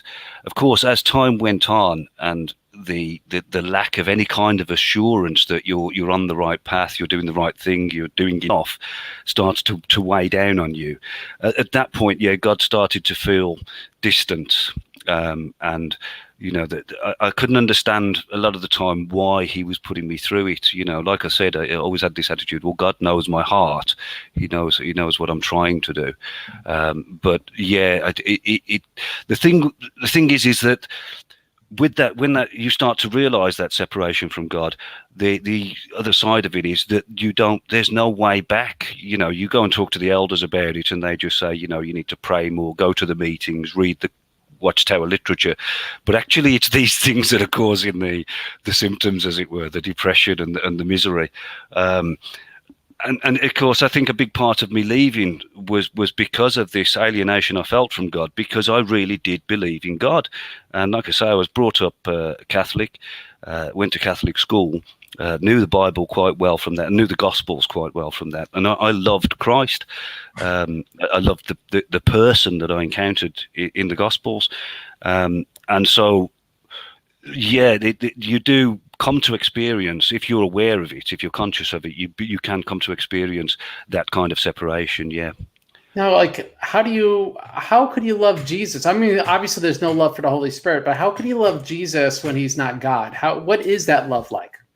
Actually, that is a good point, because you do lessen your love for Jesus. So like, the Jesus I believed as a Roman Catholic in my teens compared to the Jesus I believed as a Jehovah's Witness. Sure, the Jehovah's Witness Jesus is less lovable in that sense, less elevated, of course, as well. And so, yeah, you tend not to, actually. You tend to really love Jehovah. That's what you're encouraged to do, a personal relationship with Jehovah, who is God the Father to Jehovah's Witnesses. Now, in retrospect, do you think that Jehovah you were praying to, the Jehovah that you might have felt some spiritual kinship with, some feelings with. Do you think Jehovah, so to say, is a name of is a demon? Do you think there's something demonic going on? That is an interesting thought. I mean, I always, well, certainly nowadays have come to realization that there is something very strange that goes on with this kind of fetishization of the divine name, the tetragram. But also, I mean, you see it nowadays with a certain kind of evangelical who insists on calling Jesus Yeshua or Yehoshua, and they just get this sort of pseudo Hebrew on you for some reason, and I think there may well be something like that. It's interesting that you bring up demons, because there is a currency within Jehovah's Witnesses of demonic stories of people experiencing the demons in different ways, and their Bethel, their headquarters, have had all sorts of problems. I know that there's a lot of rumors about what used to go on at Watchtower in Brooklyn with the underground tunnels that they've got there.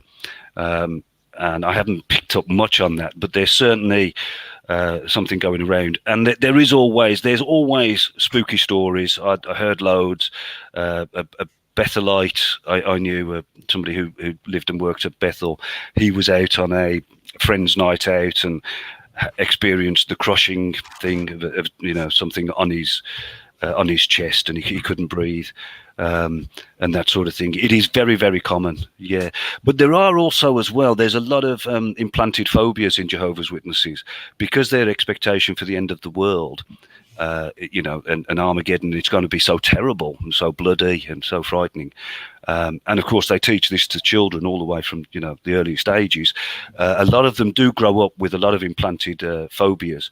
I know my wife did. She'd got all sorts. I mean, she expected at a certain point in her life she would be, probably raped, as the end of the world was coming and chaos just started to reign.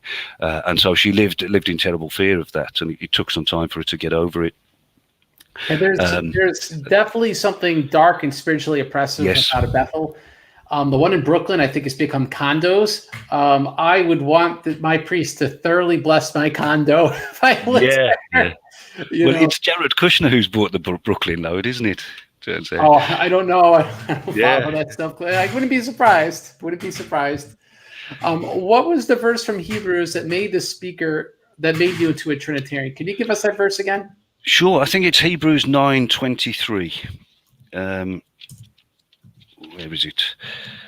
I'm just breaking in a new Orthodox study Bible, so a lot of pages stuck together. No, it's not that one. It is. It's somewhere there. Offered himself.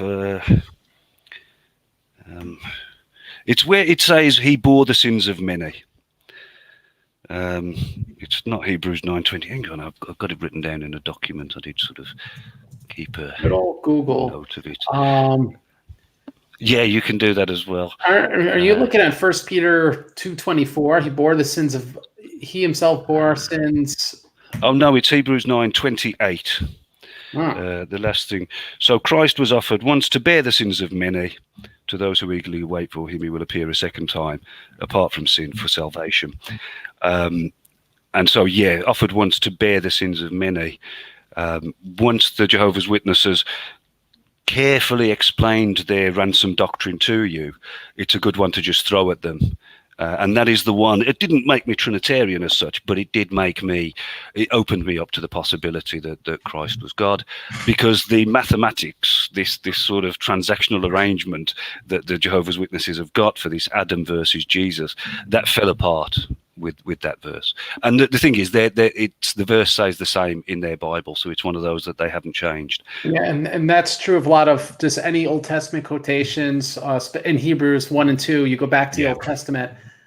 There's a lot you could do there, because they're not really that astute. They're not seeing all the Christology in the Old Testament. It's in some sense almost hyper Protestant, where they don't see the typology or the direct Christological statements there. But anyway, being that we're pretty much out of time, I just want to say, if this show has blessed any of you viewers, consider blessing someone else. You can go to orthodoxchristiantheology.com/donate, and that will help support the Orthodox Church of Cambodia. There's money wiring instructions there to the Moscow Patriarchate. There's also a PayPal if you don't want to go do all the bank stuff. And whether $1, a few dollars, $100, whatever you want, help support the church in Cambodia. God willing, we'll have Father Paisi on soon. I'm hoping when we have more than 1,000 subs, which we are very close to now. And we'll be able to have him on and tell us some more about what's going on in Cambodia, but not just bless. You don't have to go support the ministry that I'm supporting. You could support any ministry. You can support a monastery. Your local monastery definitely needs help after COVID, your local church. I don't know if you want to plug anything, Earl. Is there anything you would like to plug to the viewers? No, I'll back your plug. I think it's good what's going on in Cambodia. I've seen you make this appeal a number of times, and I can only support it, absolutely. Well, thank you so much, Earl. I do appreciate it, and I appreciate you taking the time to give us your story. I hope really to be able to unpack more with you. That would be a real blessing. Absolutely, anytime, Craig. It's been an absolute pleasure. 2 hours have gone quite quickly, so thank you, and God bless you. Yeah. Thank you, Earl. Well, guys, thank you so much for watching. As Sirach 4:28 says, fight to death for the truth, and the Lord God will fight for you. God bless you.